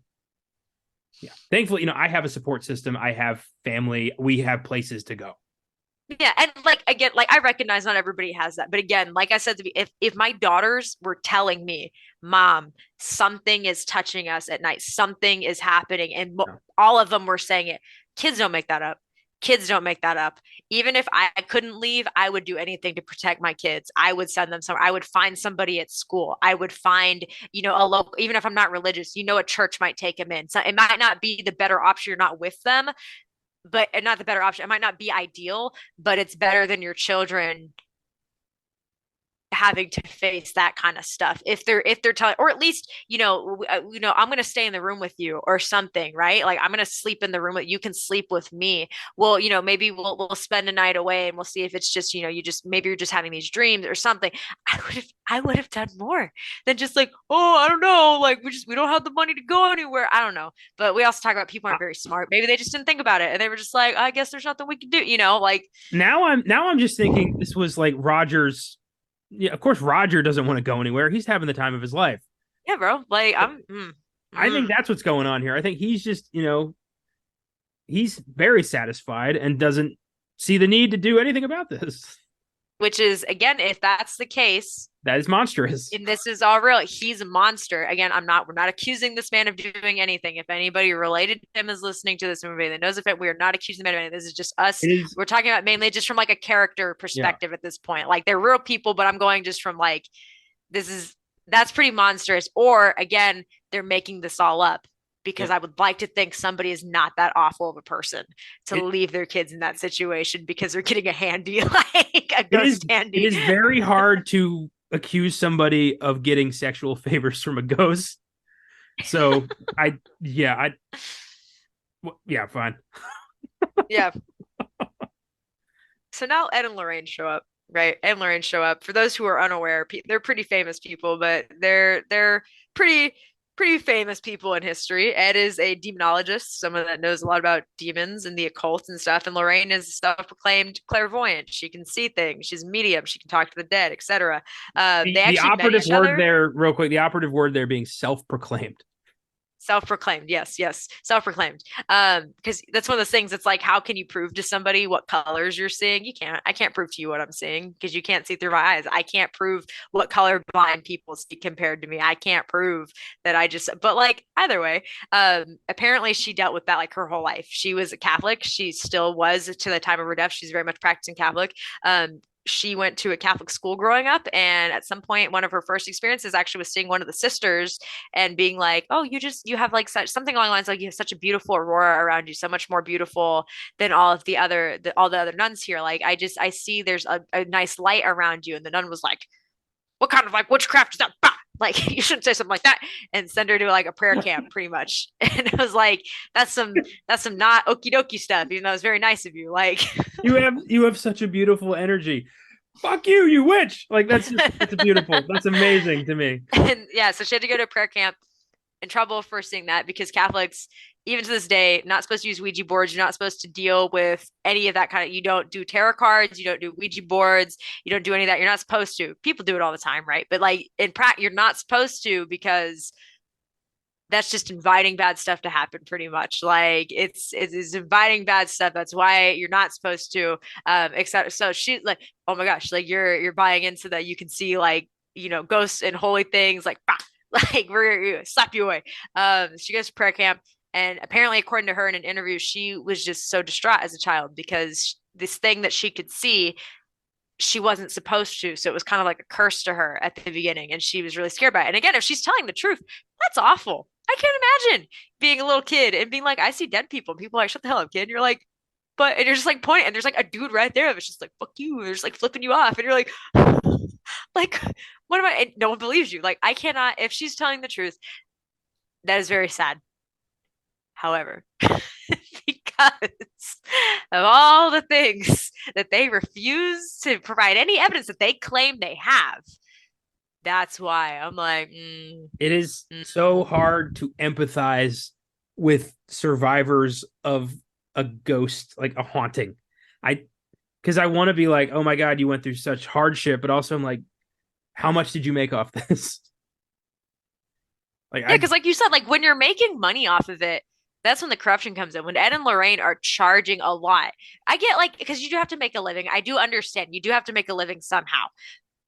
But if you're charging like a lot to do these services that you claim you're the only person that can do it, are you really doing it because you just care about this family so much and we need to make sure that they're safe and we got to make sure, or do you have a little bit of a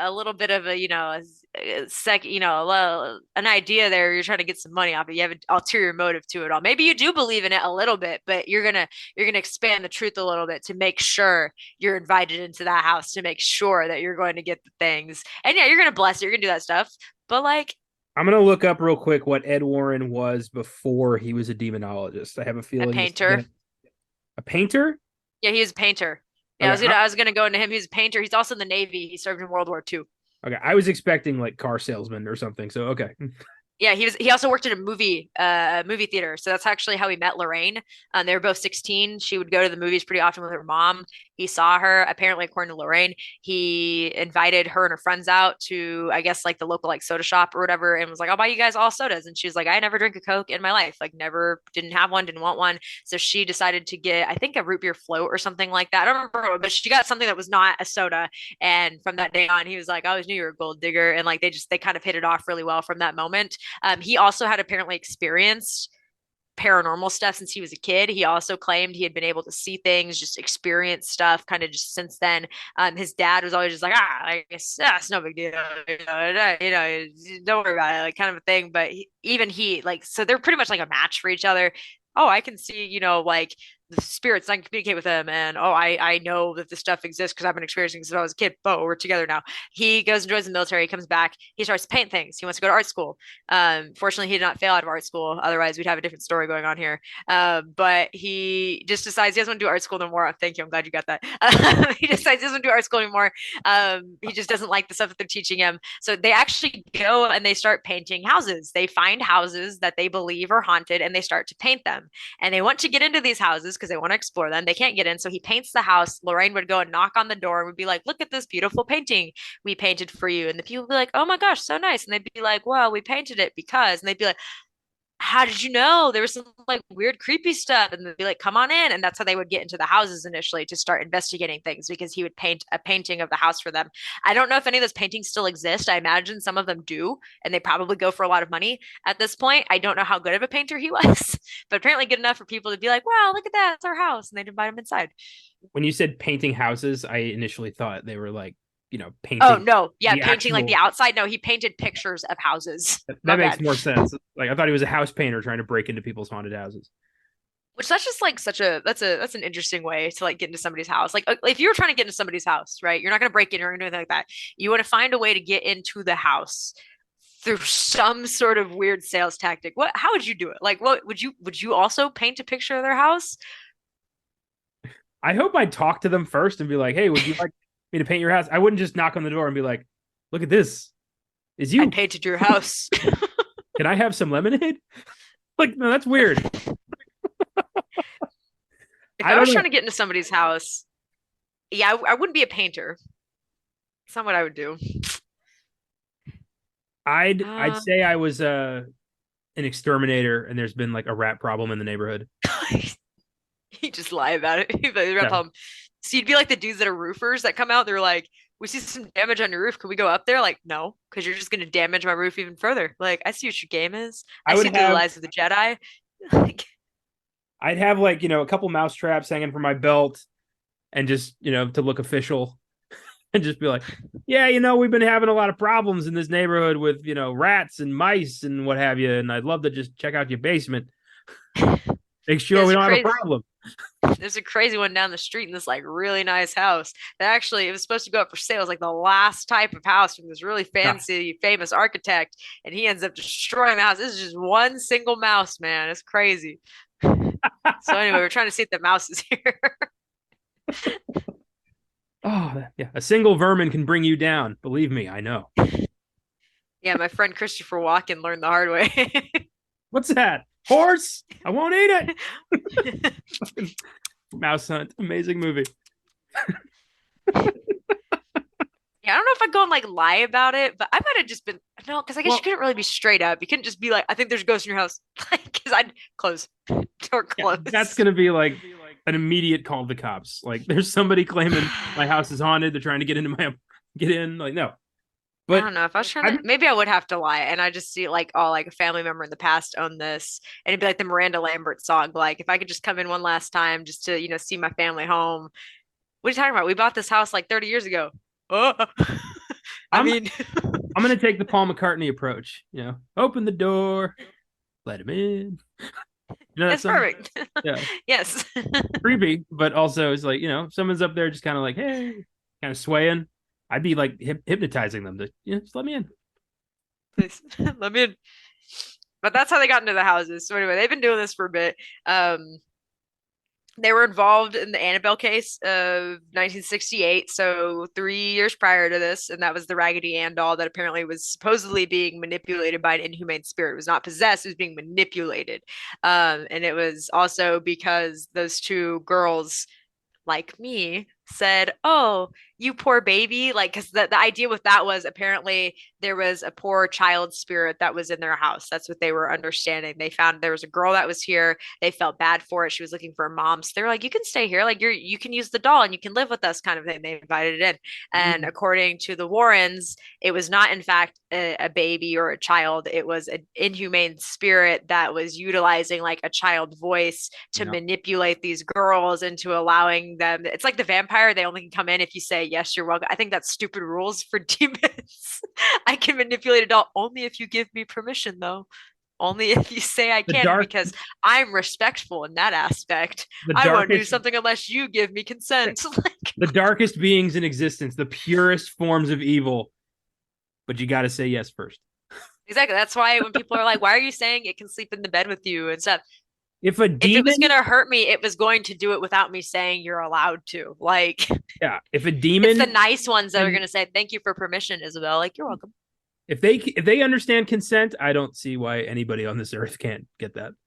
Yeah, exactly. See, so anyway, Annabelle case that was done. Nice time when all this is going on, they're contacted. So the parents move in 1971. The Warrens come later on, I think in 19, or it's in, they move in 1970, 1971 is when the Warrens come in. So the Warrens are here now. And apparently, as soon as they come into the house, Lorraine is like, I feel there's an evil spirit here. Like, what? Oh my That's gosh, that's there's what an it. evil spirit after we told you that our kids were being inappropriately touched and my wife is getting like harmed and it smells bad and dad's getting a handy and it stopped being good and now he has limp dick. Like, oh man, what? Like, it's an evil spirit. How did you know? And she's like, I'm clairvoyant. My That's why the favorite nun part. slapped her. She said, you're full of shit. My favorite part of every haunted house movie, TV show, real story, documentary is when the psychic shows up and immediately has like a whoa, whoa, like whoa. Do you feel that? I can feel that like moment, and you're like, whoa. They always do that. There's never a like, that's weird. It's always like, oh, like they're like fucking knocked over by a hurricane every time. It's like the Pentecostals that are like, Jesus, the demon. They're like, and they just start like, like I don't know. Like, there's showmanship to it, right? Also, human brains are weird. Like, human brains are weird. If you think something enough, you could exhibit these signs, but you're the one that's causing it. It's not actually something else. And I'll go into that in a little bit because exorcisms actually involve a lot of understanding psychology before they're even allowed to be performed. That is last case resort. You don't just do it. They have to go through other things. Anyway, yes, so they come in there immediately and Lorraine are like, this bitch haunted, like this crazy. We gotta do some shit. Like, it I is I wish unsafe they for you to said be here. I wish they said it exactly like that. I wish that was their like, hey, this bitch haunted. We got this. Don't you worry about nothing. That'd be the best. I would hire these guys all the time. It's like, look at that. This is great. Well, see, also another thing. So they come in, Lorraine is like, oh, something happened. Lorraine also notices on the back of Carolyn's leg is a small incision about the size of a sewing needle. Guess who apparently killed a baby with a small incision about the size of a sewing needle? Bathsheba. And Lorraine knew that coming in, therefore showing they did some sort of research before this, which means she knew the history of this town. She knew, she would have known that Bathsheba did not live in this house, Well, right? maybe Lorraine heard Bathsheba whisper in her ear, "Fuck Carolyn, I hate that bitch," or something like she a that. bitch. She a bitch. Like either way. Anyway, they see that and they're like, bitch gotta go. Not good. So this is whenever they decide that the house is infested, everybody there is at risk. No shit, right? The kids are being inappropriately touched. I could have told you that. I've been telling you that. Like, I've been saying that this whole time since I got into the story. And then they decide to perform a seance, not an exorcism. They do not perform an exorcism. Only certain Catholic priests can perform a full on exorcism. All priests can do prayers of exorcism. Anybody could do a prayer of exorcism, which is pretty much just, I command you by the power of God to leave. That's it. That's an exorcist prayer, right? You can do that. The ones that everybody thinks of with like the holy water and the Latin and the crucifixes and all that stuff, that is a high exorcism or a solemn exorcism, major exorcism. That's only done by very specific priests. I think in the country of the United States, only 57 priests can do those type of exorcisms, and they only do it when they have no other option. So it's not like I need an exorcism. Oh, okay. No, if you think Well, something is going on and you need to be exercised, or you think that's what you do, you know that you might go to the priest or whatever, you have to go through psychological evaluations, you have to go through medical evaluations. They have to rule out that this is not because of schizophrenia, because of some mental disorder. They rule all of that out before being like, okay, maybe. but what if you're a former house painter who kind of knows the rites of exorcism? Surely that is the one exception. Well, according to the movie, he's the only person that's not a priest that's allowed to do it. I love that in the movie the Vatican's like, "Get me Ed Warren." Kind of get me not a priest. God damn it. It's great. Anyway, so no, he could have gone in there. Technically, anybody can make holy water holy water. Anybody can do it. That's what a priest has told me before. Like if you, for example, like if I were to come up on a car crash and somebody's in there and they're like on their last leg out and I want to help and they ask like, please like pray for me or something. If I had a bottle of water in my car, I could pray over the water if I wanted to. I could be like, Lord, in the name of the Father, Son, Holy Spirit, please bless this water so that I can do that. It's not the same as like a priest, but if you're good intention, water is a pure thing. According to like a priest that I've had, you can do it. It's not the same as like if a priest or somebody were, but like you can in a pinch, but it's not the same. So anybody could go in there and be like, in the name of Jesus Christ, like leave. But according to like the Catholic tradition specifically of the exorcism, no, you don't do that unless you're somebody who had to go through over 11 years of seminary and you've had to actually study the theology and study all those things. And again, this is all just beliefs. If you don't believe in this stuff, you might think all this is a load of shit, but I'm telling you, this is how it goes, kind of a thing. So yeah, he would not have been able to do this. He would not have done this. And especially the way that he did it. No, like if you're going off of who does these things and the only people that are like supposed to, it's not him. He did what we call a seance, which is a communication with spirits. So that's where you would have multiple people in a room. It's like the stuff that like kids do with Ouija boards, or you do like, at like a party.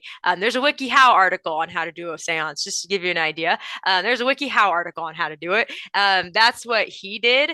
And yeah, that's very different from an exorcist. You're not going in and praying, Latin prayers and, trying to you're just like, hey, like, is there a ghost here? If you're here, can you talk to us? Like that's pretty much what it is. According actually to WikiHow, you have to create the right atmosphere. It's gotta be dark. It's gotta be something dark, right? And the picture that they have is, someone with a Trinity knot, like the Celtic Trinity knot in there, and some like black cats and some like ghost stuff.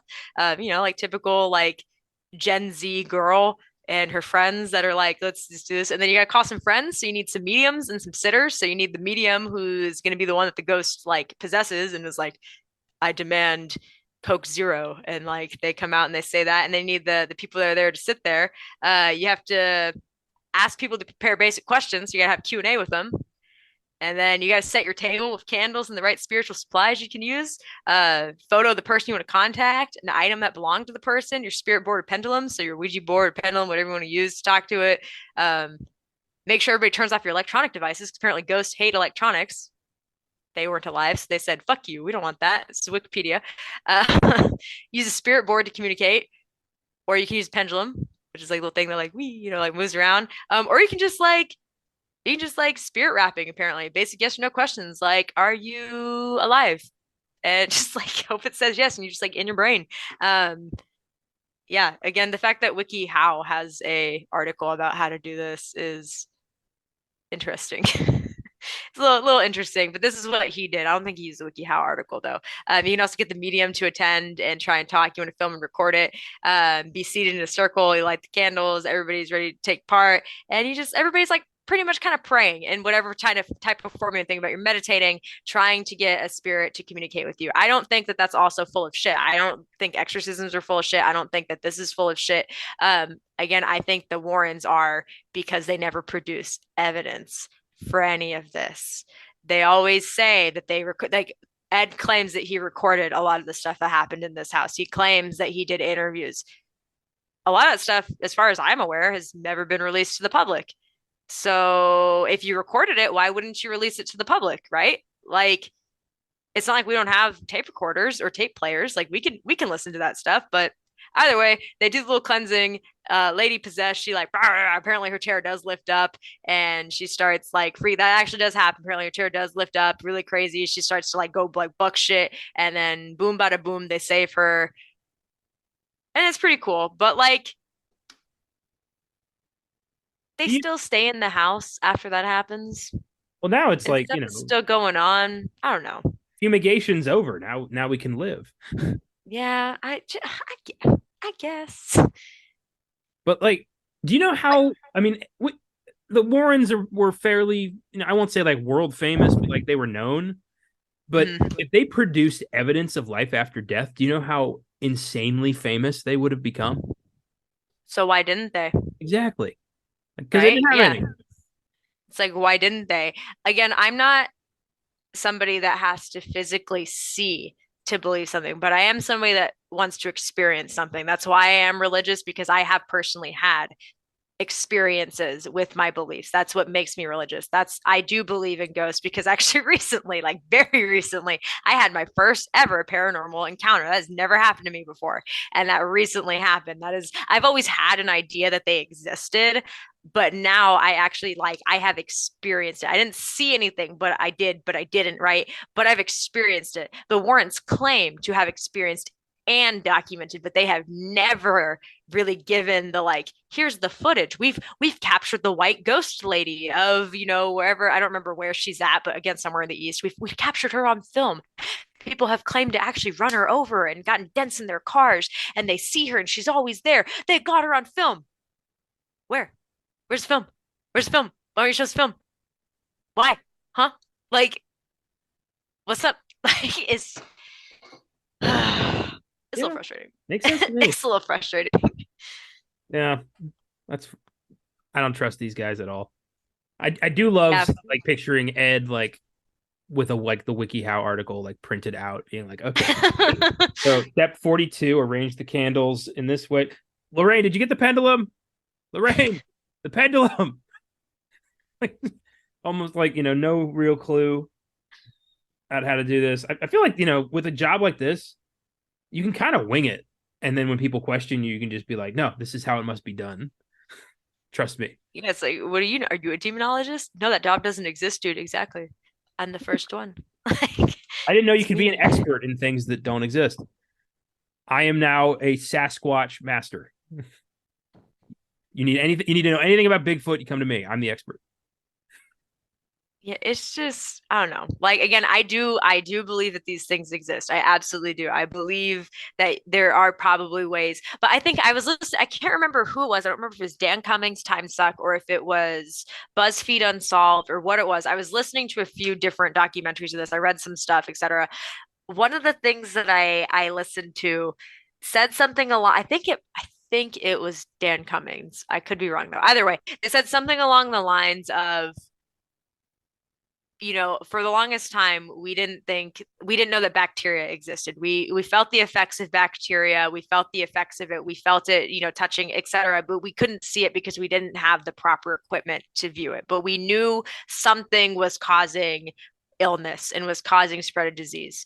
People have constantly been feeling like there's some sort of outer worldly thing. It could be perhaps we don't have the equipment yet to really see it. It could actually be there, and it won't be until we get that equipment that we can, quote, prove it for the I have to see it to believe it people. Like it's because I think it was Dan. I think it was Time Suck that said that because I think he went on like a funny rant about it at the end where he was just all like, that was like a stupid. I think it was he was reading the comments or like the reviews or something. He was doing that and he read someone's thing that was talking about like the president. That was what it was. He was saying we believe that the president is real, even though none of us have ever seen him. And he was like, what the hell? Like, we know the president's real. Like, he's there. He's like, a better thing would have been the bacteria. And I was like, that is a good one because bacteria, microscopic, you can't see it. We knew about it for years, centuries, right? But it wasn't until we got microscopes that you could see it. So he brought up a good point, and I really like that. It's like, if they are real, perhaps it's because we don't have the proper equipment to view them, that we can't see it. Apparently Lorraine had the right equipment in her eyeballs, but she couldn't reproduce that. Was that the episode he did on the Warrens? Yeah. Yeah, specifically the one he did on the Warrens. I remember that one. I love the idea that like there are people out there who like if you don't personally know the person, they don't exist. That's a crazy psychosis. I love that. Yeah, bro. It's a little wild. I don't know. So yeah, that's the history of it. It's a lot. Yeah, it's a little crazy. I don't know. That's like a cool story. Yeah, it is interesting. Like it was definitely fun. And again, that's me piecing it together from multiple things. The story changes with a lot of stuff. So I'm sure somebody listens to this or actually like, go ahead, like call me out. Cool. I'm all right with that. Like I'm not an expert on this at all. I'm just telling you what I've read and what I've learned. And that goes with anything that we talk about here on the show. If we get something wrong, please tell us. Like we're not claiming to be experts. I know I've said I'm a historian. I'm a public historian. I know how to talk to people. I know how to write things down. I can tell stories. I can make history accessible to the public. That's what I do, and that's what we're doing here. Sometimes we get stuff wrong, but this is what I've learned. I don't know the proper way that a ghost would give a hand job. I mean, I don't know if it's like up or down or reach around. I don't know what the technique is. I guess you had to be there. It's a that one detail is just fucking hysterical to me. That the ghost was assaulting everybody else, but it was beating Roger off. That is so fucking funny. Yeah. Also, I lied. Sorry. So at the end, I said that the seance was completed, right? And ta-da. Sorry, that was the movie version. My bad. I had my stories mixed up. Seance complete. Roger kicked them out. So like you said, anytime the Warrens come in and they're like, get the fuck out of here. Roger did the same thing. Roger actually kicked the Warrens out and was all like, you make my wife go crazy because again, I think it's a confirmation bias. They come in, there could be something going on. There could be a little bit of things going on, especially if they were saying, again, I don't know if the stuff that Andrea claims happened, they were telling was happening at the time. I have no idea. Again, I'd like to think that if that was happening, the parents would not have kept anyway. Either way, I can keep saying that over and over again, beating a dead horse. Yeah, they kicked them out. And according to Andrea, they lived there until 1980. So lived there for 10 years. And it wasn't until about that point that the haunting ceased. Jeez. So they continued to deal with stuff for another, 8 years? Almost after this happening. And they still stay in the house. And again, they cite financial instability. For 10 years? Like for 8 years? Really? I mean, at that point, like you couldn't. I've had 3 different apartments in the past, 6 years. I'm not, my finances aren't great, but I know what if I get out of somewhere when I need to get out of it, figure that if this place was haunted, yeah, I'm fucking gone. Yeah. And it wouldn't take me 8 years to do it. That's Again, crazy. especially if your kids are claiming what's happening to them is Yeah. happening. That's really the biggest one for me. That's the one, being somebody, I love kids. I really want a family of my own. I've worked with students. I have a very soft spot for children because to me, they're the innocent people. They don't lie about that stuff, especially at the age those girls were. They do not lie about those things. So either something awful was happening in that house, either extra, spiritual or some physical thing, actual person was doing it, or they're full of shit, or again, the parents are awful and did not take them out specifically, homie. If that was legit what was going on, right? If he's not taking his family out because like he's getting the ghost handy, that's messed up. Not accusing him of anything, but based off of what we know, there's a lot of different ways. It's a little wacky. Ghost Handy is going to fundamentally change the way I watch this movie going forward. It Yeah, really Ghost Handy. We need to make a t-shirt, Ghost Handy. does. What would be, It's me, the Ghost Handyman. I don't even know what the image would be, like just like a white gripped hand. No, I think it'd be cute if his little ghost wearing like a little like utility belt with like a broom on it. Little broom on there, and then I don't know, some other stuff from the thing, and like a sewing needle, a broom, and then he's got like a little like he's doing like a fist with a thumb, and he's all like, like jacking my prices up since 1812. Oh my god. Roger Perrin, you dirty dog. Allegedly. Yeah, allegedly, and that's all of this is allegedly. I don't know. Like I feel like we've talked about this before with Amityville. I can't remember. Connor, do you believe in ghosts? Because I know you said that you've experienced like some things, and I this is what I think. I believe that there are forces in this world that mankind cannot explain. Whether that be God, whether that be ghosts, whether that be aliens, whether that be Vlad the Impaler, I don't fucking know. And my point is, no one on this earth fucking knows. And anyone who says that they do is trying to sell you something. Don't buy it. That's what I believe. yeah, We'll find out when we need to find out. yeah, maybe like Dan said, when we get the right technology, Yeah. then we will. Then we Like, and can I think finally know whether or not the president exists. we will know if Biden is real.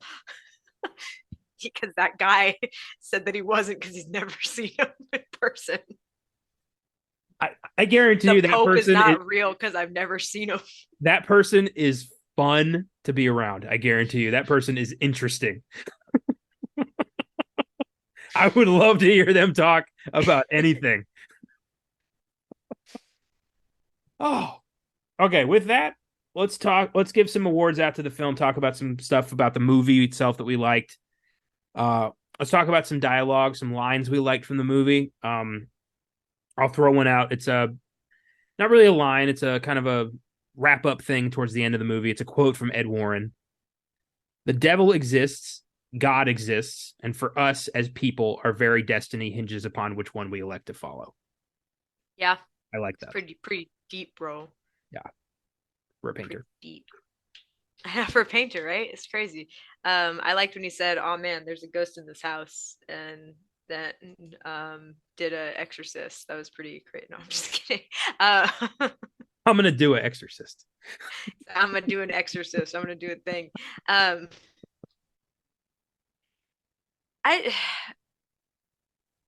I don't know. Honestly, I will be 100% honest with you. I watched this movie with my friends. I was not paying as much attention about quotes and about music as I was the visual stuff. I do remember whenever he first came in, one of the first questions, have your children been baptized? And not that that was a good line, but it reminded me of Nacho Libre. You've not been baptized? Because he said, they even said it, we never got around to it. I never got around to it. Okay. Like, that just, that's a that good makes callback. me laugh. Like, Good callback. that was pretty fun. Yeah. Well, I have another one. You can have this one. This is from Lorraine Warren when she's trying to figure out, this whole Bathsheba situation. She sees everything, which has got to be useful in these situations. She ran out to that tree by the dock, climbed up, proclaimed her love to Satan, cursed anyone who tried to take her land, and hung herself. Time of death was pronounced at 3:07 in the morning. That just that little moment of like, oh, that's why the clocks are always stopping, kind of got under my skin a little bit. Oh, yeah, a little freaky. And it also I reminded do me of Nicolas Cage's performance in Renfield when he just screams, "Hail Satan!" And it's awesome. like that. Yeah. I do remember another one. This one actually, this is one like little mini discussion. So when the reporter goes to the occult museum and he's in there and Warren is like, don't touch anything. Everything that's in here, is possessed, used for as a vessel, etc. Some way or another, don't touch anything. So then the reporter's like, well, why don't we just throw them in the incinerator and destroy it? And Ed Warren says, well, that would only destroy the vessel. Sometimes it's better to keep the genie in the bottle. Mm, I like that. I really want to know. Okay, so kind of going back, right? According to that, that means that demons, spirits, etc., are tied to one specific area. That is where they're tied to. We know historically Bathsheba was not from this place. How is it that was her house destroyed and maybe that's why she's at this new one? Because I just got better land, old Benedict Arnold's property that actually wasn't his property. That's where I'm at now. That's interesting. I don't know. Also, like, how do you know if you destroy the vessel, you're gonna release the demon? What if it's just all like, what if it's pissy because it's attached to the vessel? Do you ever think about that? Like, what if that's why it's mad? Because it's now forever stuck to the nutcracker that has to, make people unable to have kids from now on. Like, what if that's it? Maybe you should just, I don't know. I Also, think would you keep those things? Like, if you were them, would you keep all of that? I wouldn't. well, No. I kind of get his point. Like, if he is the expert, the self-proclaimed expert of demons, it is better to have them safe, nearby, so no one else is screwing with them. That's, by the way, the movie Annabelle Comes Home. That's exactly what happens. People get into the house and screw around with that room. Yeah. The little girl, their daughter, has like a sleepover, and they're like, "Hey, let's go in the creepy room." And they open Annabelle's box, and Annabelle starts taking shit off the walls and makes like a ghost army that the kid has to fight. Oh, that's cool. You'd think didn't really come out that good, but yeah, cool idea. But yeah, I kind of get that. If I was the guy who knew what I was doing and was exercising demons and like locking them up in toys and shit, I'm not gonna just like donate that to Goodwill. I'm gonna keep that. I'm gonna hold on to it. Make sure no one else can touch that toy. That's fair. Okay, what if it was like a cool ghost, like like the one that likes to like sweep with the broom, and you're like, I just don't like this like random thing sweeping. Like, would you get rid of the broom? Like, there's nothing wrong with it. Like, it's just nice little happy ghost. Just I'm gonna sweep. I'm gonna do some of Fantasia 2000 or whatever Fantasia moment for you. I'm gonna sweep for you and Nah, nah. It's Ghostbusters. Like everything goes. Light is green, trap is clean. Right in right in the what do they call it? The unit, the storage unit. Yeah, the storage unit. Okay, so I'm really I think it's kind of a coincidence that we're doing this story when we're doing it, right? Because like I said a little bit earlier, I had a paranormal experience of my own, like very recently. Never had one before in my life. So I told you during this podcast that if I ever think I hear something in my house, I have a little thing that I say, right?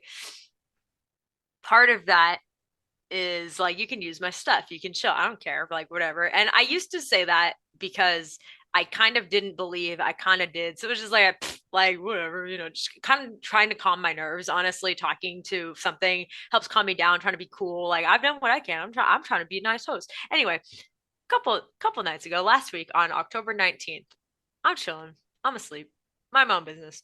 And at some point in the middle of the night, I don't know what the hour is. It's some ungodly hour because I feel how groggy I am. It's like weird, like anywhere from like 1 to 4 a.m., one of those times.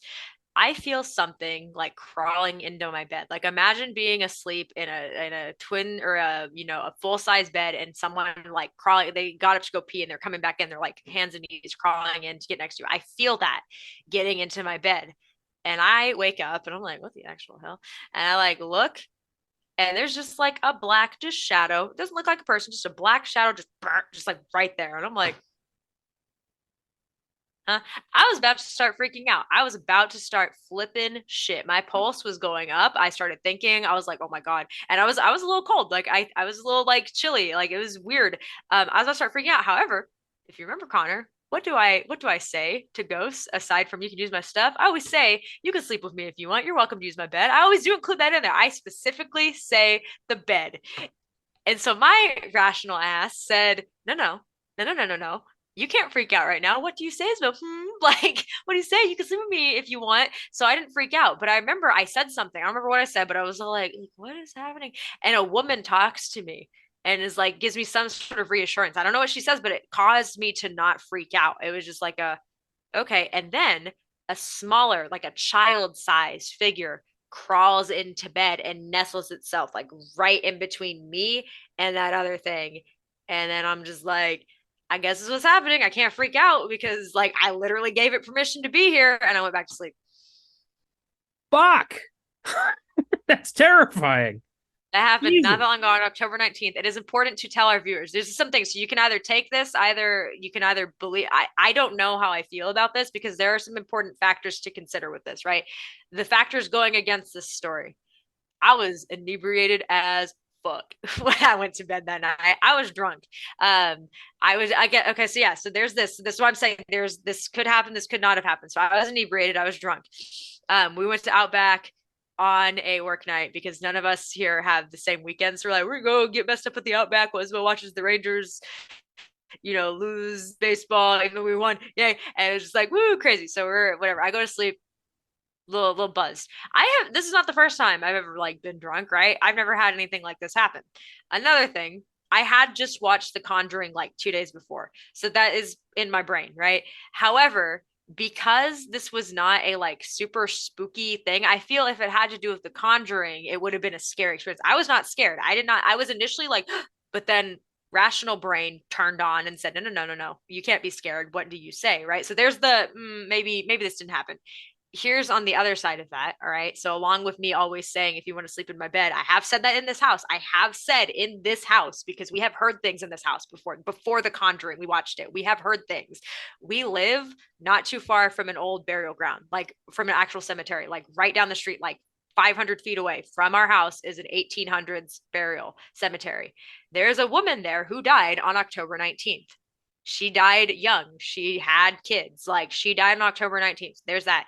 Second, we also live right next to a confirmed Indian burial ground where they actually buried like chiefs and werowances out here. It's not marked for the public because we don't want people to go in there and like, degrade it or steal things. But I know exactly where it is as a park ranger. I know exactly where this site is.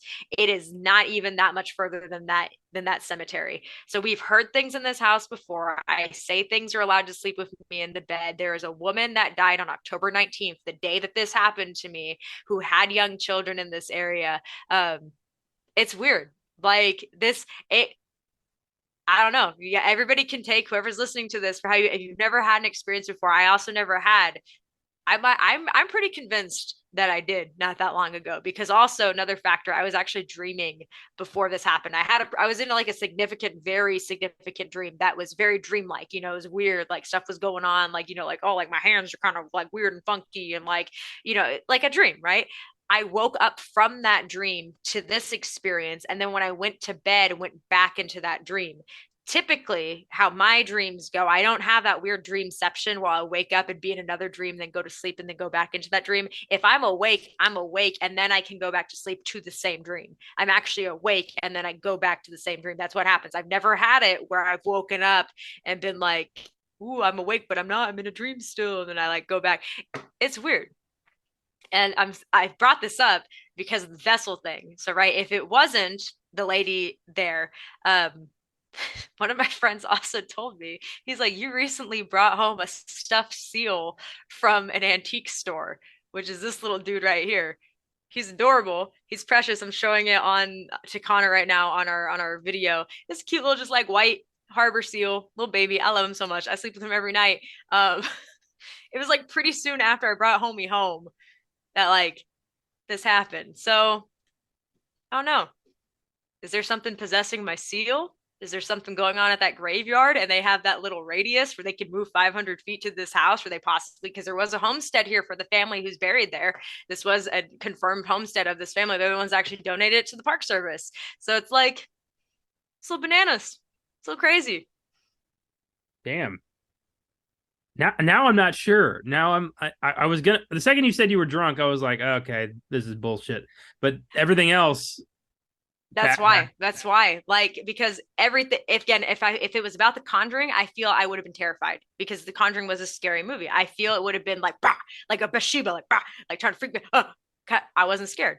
I was rational. I was thinking. I had thoughts. I don't get like that would, if that was a dream, that was lucid dreaming as shit, which I have yet to be able to accomplish. That was like extreme lucid dreaming, like me being aware of my body, being able to actually be like, hold on, like don't freak out, like think about this. You say you want to sleep with me, and what you did, whatever. And I actually, two of my friends, the two that I mentioned, the ones that are like, I don't deal with dark magic kind of a thing. I told both of them what happened, and they're very much into this kind of stuff, but they also don't believe everything that people tell them. They're like, no, you're whatever.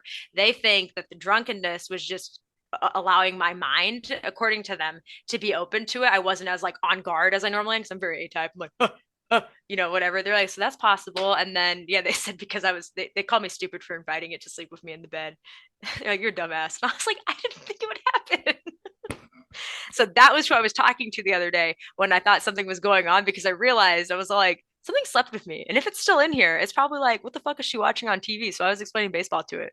I don't know if it was still here. I don't know if it was just here on October 19th because that was when that lady died. I don't know. But Isabel might have been Little Spoon to Ghost and Baby Ghost. like that is fucking insane. I want updates.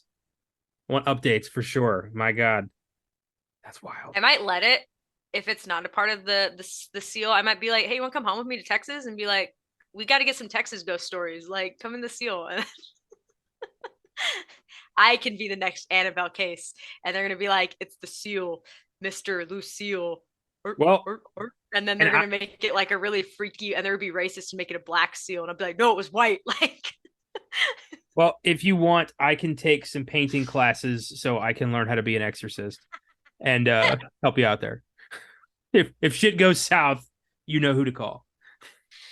Yeah. So I bring that up again because we're kind of talking about the vessels and how he was like, destroy the genie. I thought about maybe getting rid of the little seal, but like if it's attached to the seal, this was a cool ghost. I actually told my roommates, I was like, don't mess with the ghost, because we thought stuff was in this house before. My roommate has actually claimed, like when I wasn't here, I was in DC. She claimed that she heard me coughing in this room.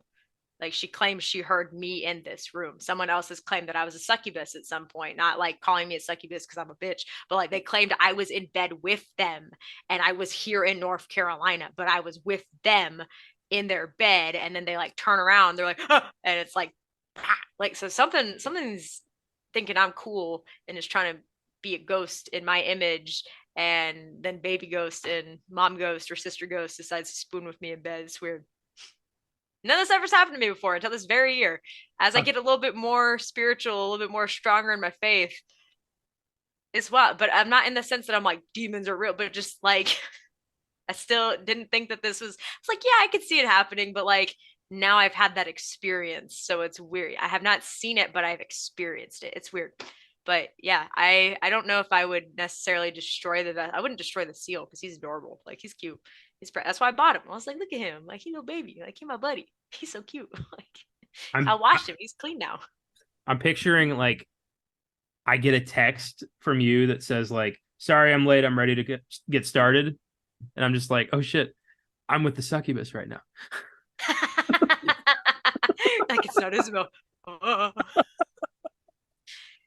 Yeah, I don't like it. When Sydney told me, she was like, yeah, dude, like I heard you coughing in your room. I was like, I brought holy water into this house and actually did go around. It was just like, I got it from church. And I was just like, my roommates don't believe in this. So to them, it's just water, like, because they're not religious. Pia who was living with us was spiritual and was, more of kind of like the pagan-y kind of stuff going on, did like cleansing, but not like Christian or whatever. And then Sydney's, not a Christian or anything.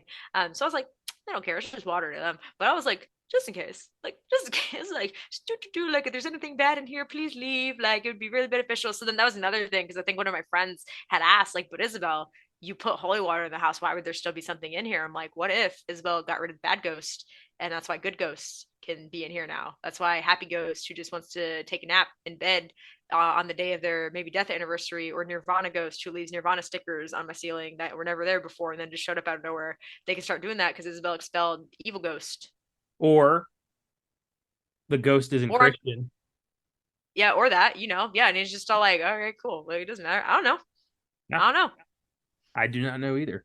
When I had my It's bout crazy. I had my bout with a shadow person once. My aunt came by and saged my apartment, and that was the last I ever saw of him. But it was a similar situation with a lucid-ish dream that erupted into reality, and I saw a shadowy figure standing at the foot of my bed, and he kind of walked around for a bit, and then I sat there convincing myself there's no way in hell you just saw that.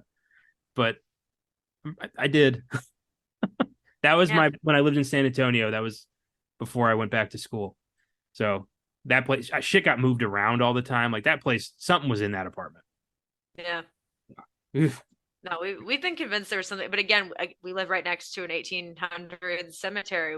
I'm at the site of the English lost colony. Literally, the people that were lost to history, I'm where they are. Like, I am right next to the Native American village. I'm right next to where, like, but I'm in the East. I'm in the East right now. I'm in North Carolina. Like, I where these things happen. If this happens to me when I get back to Texas, I will absolutely let you know.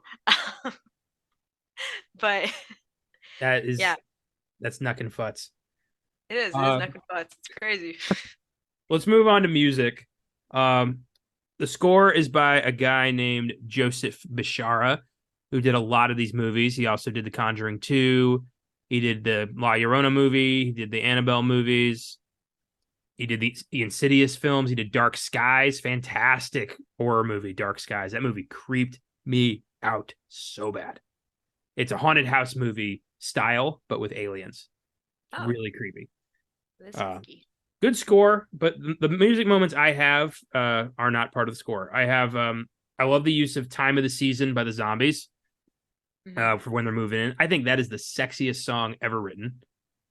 And it's perfect to establish a 70s tone of like, we got a family moving in. We're in the 70s. The later, the Warren turtleneck is going to kind of confirm that.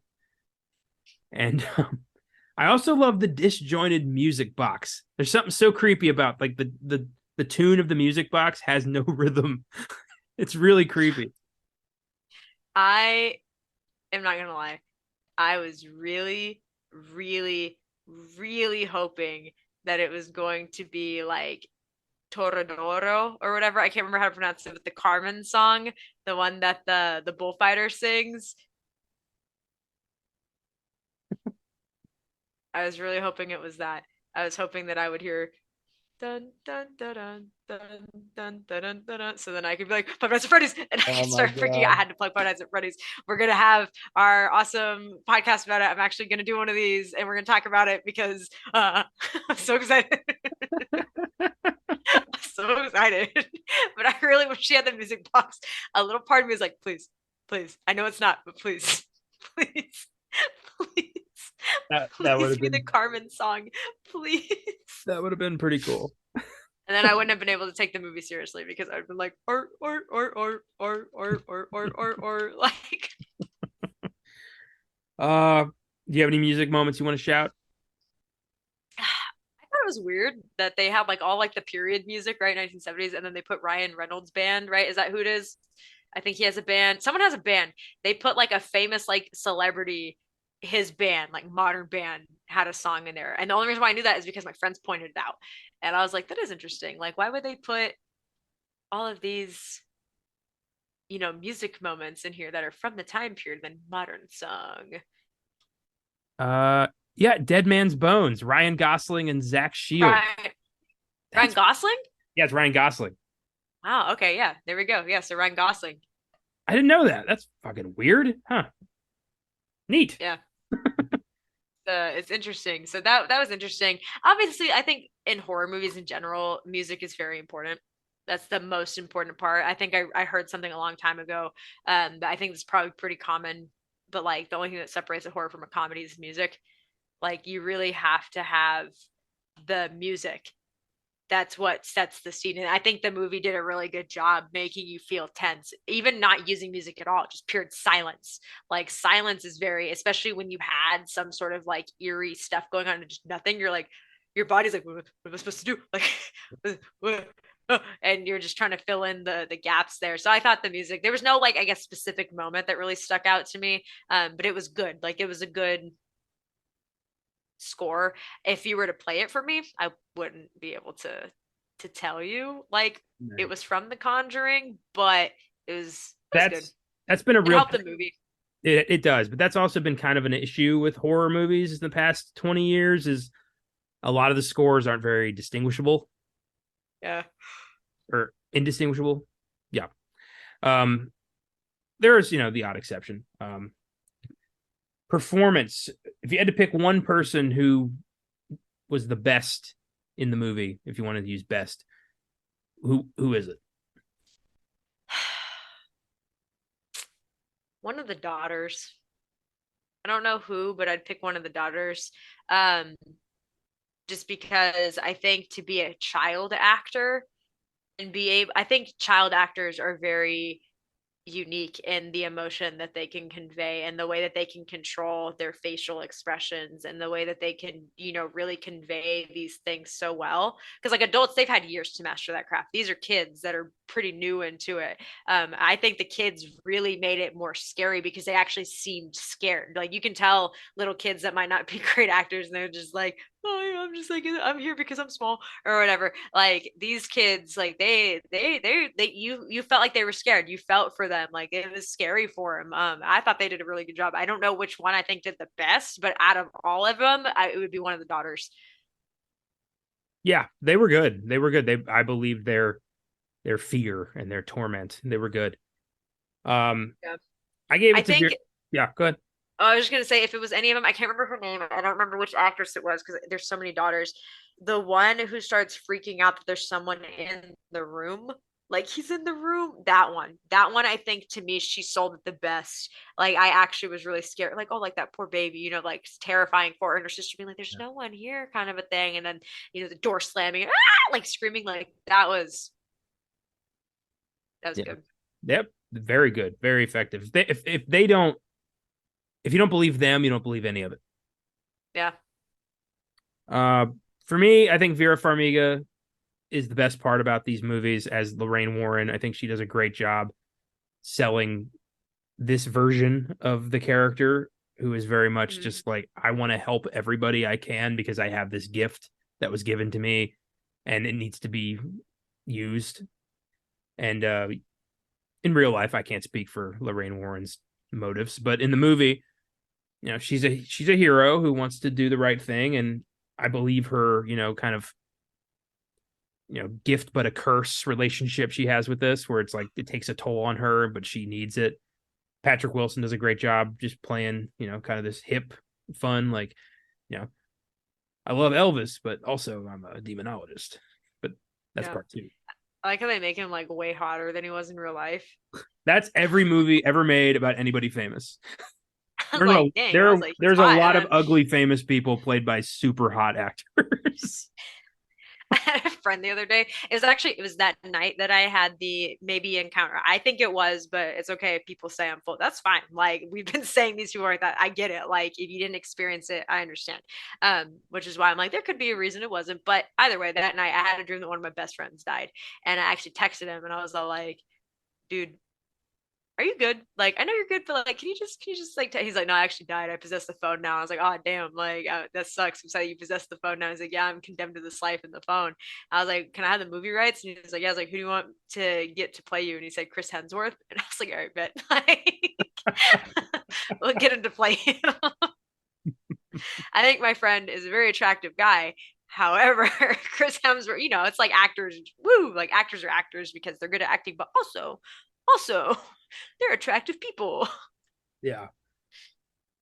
Some of them are just hilarious. Like Leonardo DiCaprio is J. Edgar Hoover. Are you kidding me? Seriously? Yeah. You know that in the Or 90s, they almost. Joaquin Phoenix as Napoleon. Yeah, there's one. That's kind of odd, right? I'm I don't excited even. for that movie though. I'll do It, it for its first thoughts on that / fake two stories on that. I'll do both. ¿Por qué no los dos? shit, Like, why not? That movie, yeah, I'm really looking forward to Napoleon. That's gonna be fun, even though like no one's even trying to be French. no, yeah. Well, we've talked about it before. Everyone's either gonna be British or I think in this case they're just American. Yeah, Joaquin's not even really like accent wise. He doesn't fucking care. Yeah. Um, in the '90s they tried to make a Harriet Tubman movie with Julia Roberts. Was she gonna play Harriet Tubman? Uh-huh. Yeah. Was that gonna be like the jokes for Ryan Gosling as Obama and stuff like that? No, this was real. This got really far in production, and ultimately it was Julia Roberts, I think, who was like, "Why the hell would I do that?" But it got way farther than it should have. That's funny. Yeah. Best scene. Do you think they would have done it if they got like I don't know, like what's her name? The lady that's in Everything Everywhere All at Once. Jamie Lee Curtis? No, not her. Like the main woman in that movie. Michelle Yeoh? Yeah. Do you think they would have done it if it was her? I hope not, because there's still a problem there. We all know what it is.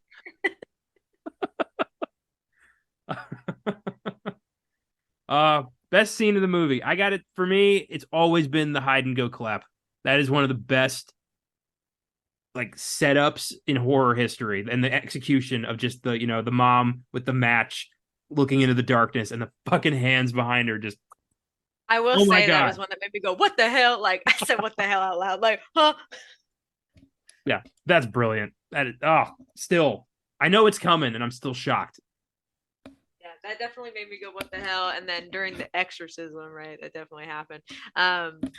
When the chair started to lift up, I was like, "Oh hell!" I also said, "Oh hell no!" I was getting like really loud, and this I don't. That's why I also don't think I could go see actual horror movies because I would be the people that were actually talking to the movie. I couldn't because that's how I cope with it. That's how I keep myself calm.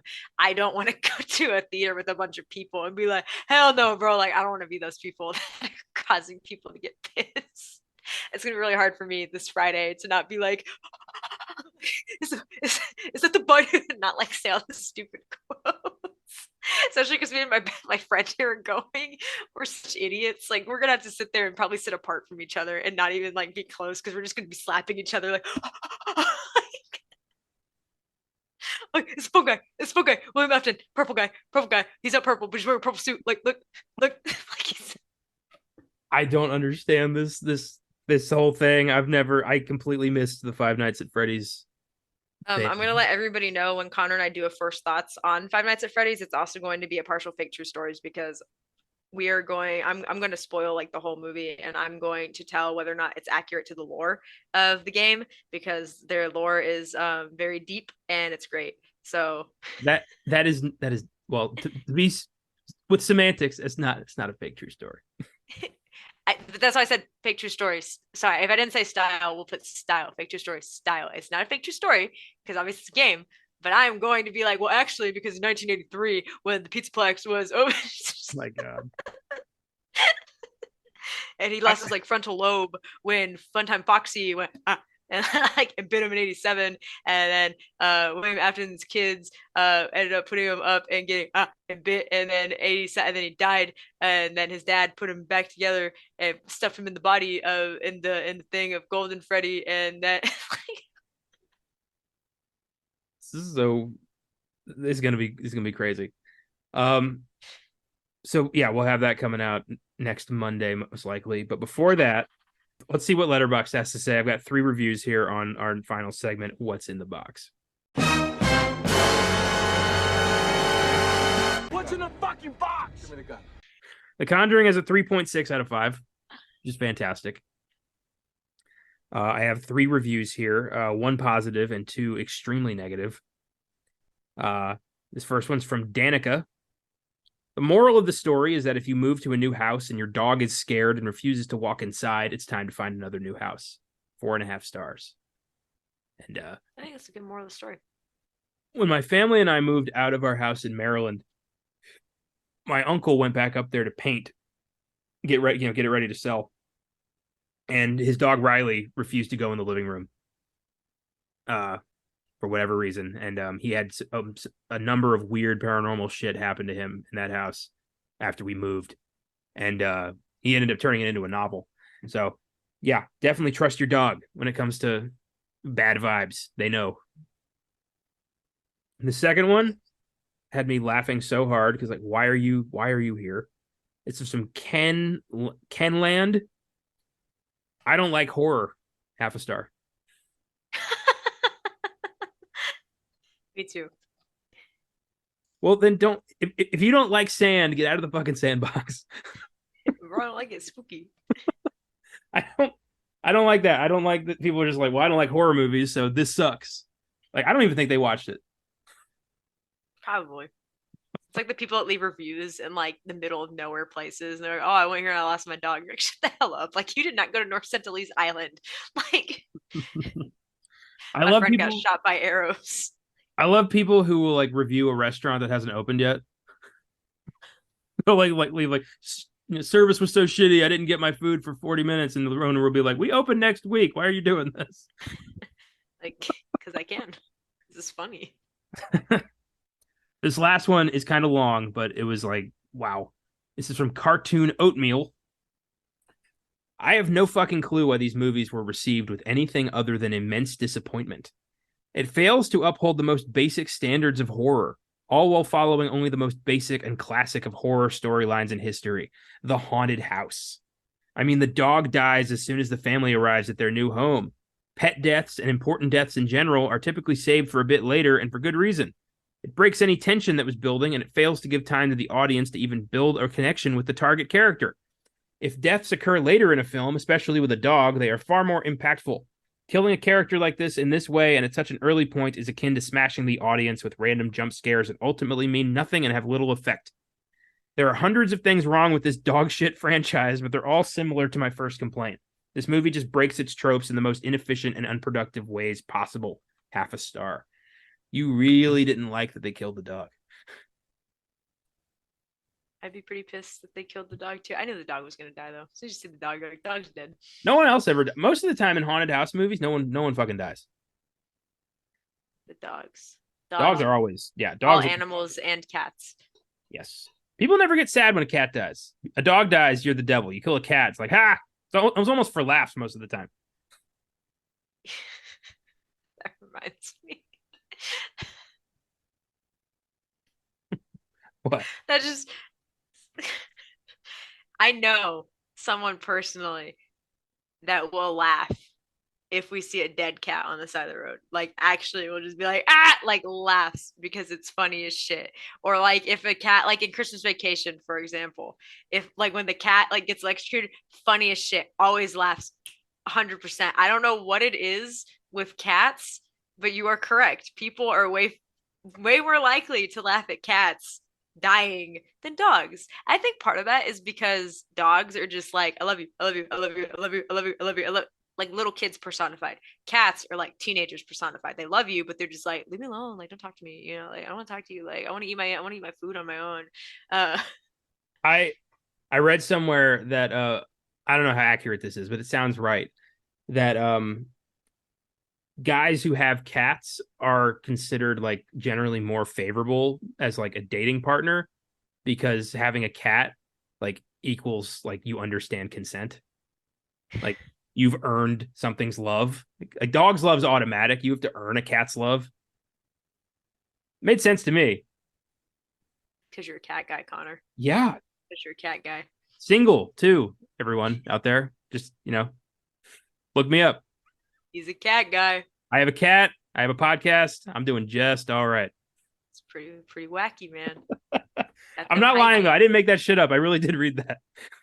I think I have heard that before because it is, I mean, it's like that's a huge thing. You know, people are always debating about dog, cat, which one's better. I love both. I wouldn't own a cat, not because I don't like them, but I am allergic to cats.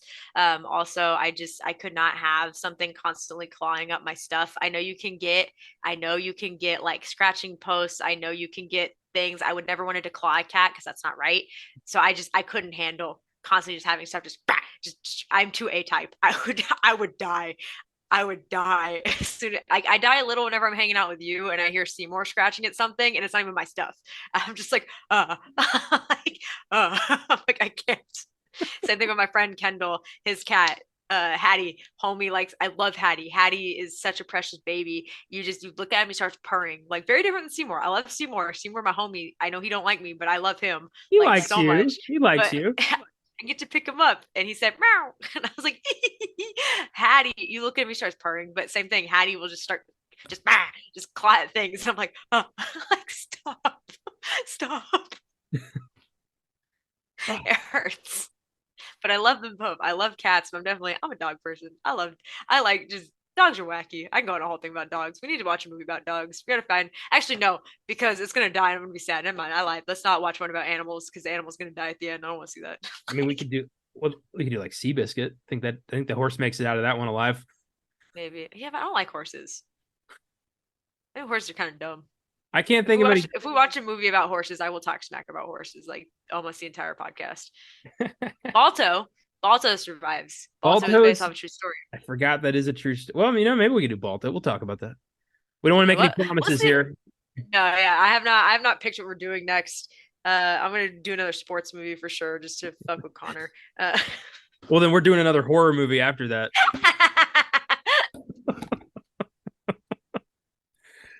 I just did The Exorcist, but I will do it again if I have to. All right. So now that we've weighed the evidence, we've seen the movie, we've read the story. True or fake?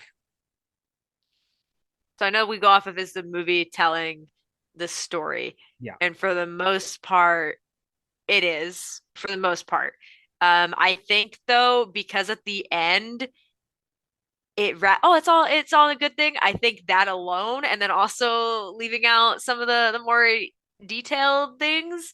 I know they couldn't because of ratings, but based off of everything that we talked about with the story, I think it's fake. It's more of a like, it's playing off of the scary stuff than the actual history of it, because the actual story is absolutely terrifying, but the actual story also includes the stuff about Bathsheba and how also, like, I didn't even mention this, Bathsheba, there's a historical society in the town that she's buried at. That society had to take down the gravestone and hide it because people were going out there and vandalizing it and were performing like sacrifices and were doing that, and the society there's really pissed about it because like this poor woman, was accused of being a ghost or a witch way back when. Now she can't rest in peace because people are constantly messing with her because of this movie. And because this movie really, because they play off of she's a ghost. They don't bring up in the movie that she wasn't from the area. She wasn't from it. They're going off of the horror aspect. So from that, fake, because we're not looking at all the part of the history, but it's pretty, like, from what they said, they do put besides the fact that the Warrens were kicked out, they don't put that in the movie. They don't put that in there. They were playing the hide and clap game. They were, the girls were lifted up by their hair. All of that did happen, but they don't go into the other half of it. Like, oh, like the girls might have also been this, and he was getting little handies by Bathsheba, and, like Ed and Lorraine, like, they might have done some research before they got there. I'm gonna say fake. Yeah. Also just fake in general for the story. See, the way I see it is if you went through something horrifically traumatic and supernatural and, it really happened and it destroyed you, I feel like you're not going to sell the movie rights. Yeah. Like, you're not going to let your trauma turn into a $300 million box office and a franchise. No. Like, if it's why, like, I don't doubt, and maybe that's why they didn't put in the thing that she said, a man with 5 little girls, because it wasn't true. Maybe she added, I hope you're not lying about that, right? But maybe they added on those like even worse things to try and sell it more, like, well, why isn't that? Oh, well, it was too dark for an NC-17. Like, they could have, like you said, they wouldn't, like, I guess in the way that I said they could have put in NC-17, the way that you said they wouldn't, like, that wouldn't have been, I don't think that would have been NC-17 if they just said, Dad, something happened to me last night. You use your brain to make those connections. That would have been NC-17. You could have put it in there. They didn't, which is like, she's not, I don't know. Like, I don't think it was as crazy as they say it is. I think because the Warrens came in confirmation bias oh yeah, you're dying of cancer, WebMD, like getting haunted by a ghost. That's what's happening. It's not just some crazy, weird coinky dinks. It's like it's even worse.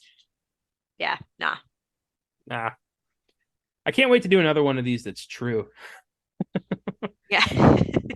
Well, thanks for listening, everybody. If you like the show, follow us on Facebook, Instagram, and X, the website formerly known as Twitter, Filmgazm Productions. If you want to suggest films for us to watch, you can email us at filmgazm@gmail.com or send us a message through any of those socials. You can check out our Letterboxd accounts for daily reviews. Search for me at Connor95, and in my friends list, you can find the rest of the team. Check out the website, filmgazm.com. I've got a link to that Letterboxd if you want to read reviews. You can find articles, trailers of upcoming films, every episode of our show. If you want to be a monthly donor at Filmgazm Productions, feel free to click on the link in the episode description. From there, click on Support This Podcast. You can choose to donate $1 a month, $5 a month, or $10 a month. All donations go right back into the show, and we really appreciate it. Thanks to the entire Filmgazm team for their contributions to the show, and thanks to you for checking it out. Fake True Stories, much like First Thoughts, is not a weekly show. We put one together whenever we both got the time, whenever we're ready. In the meantime, take it easy. Keep watching movies. We'll see you next time.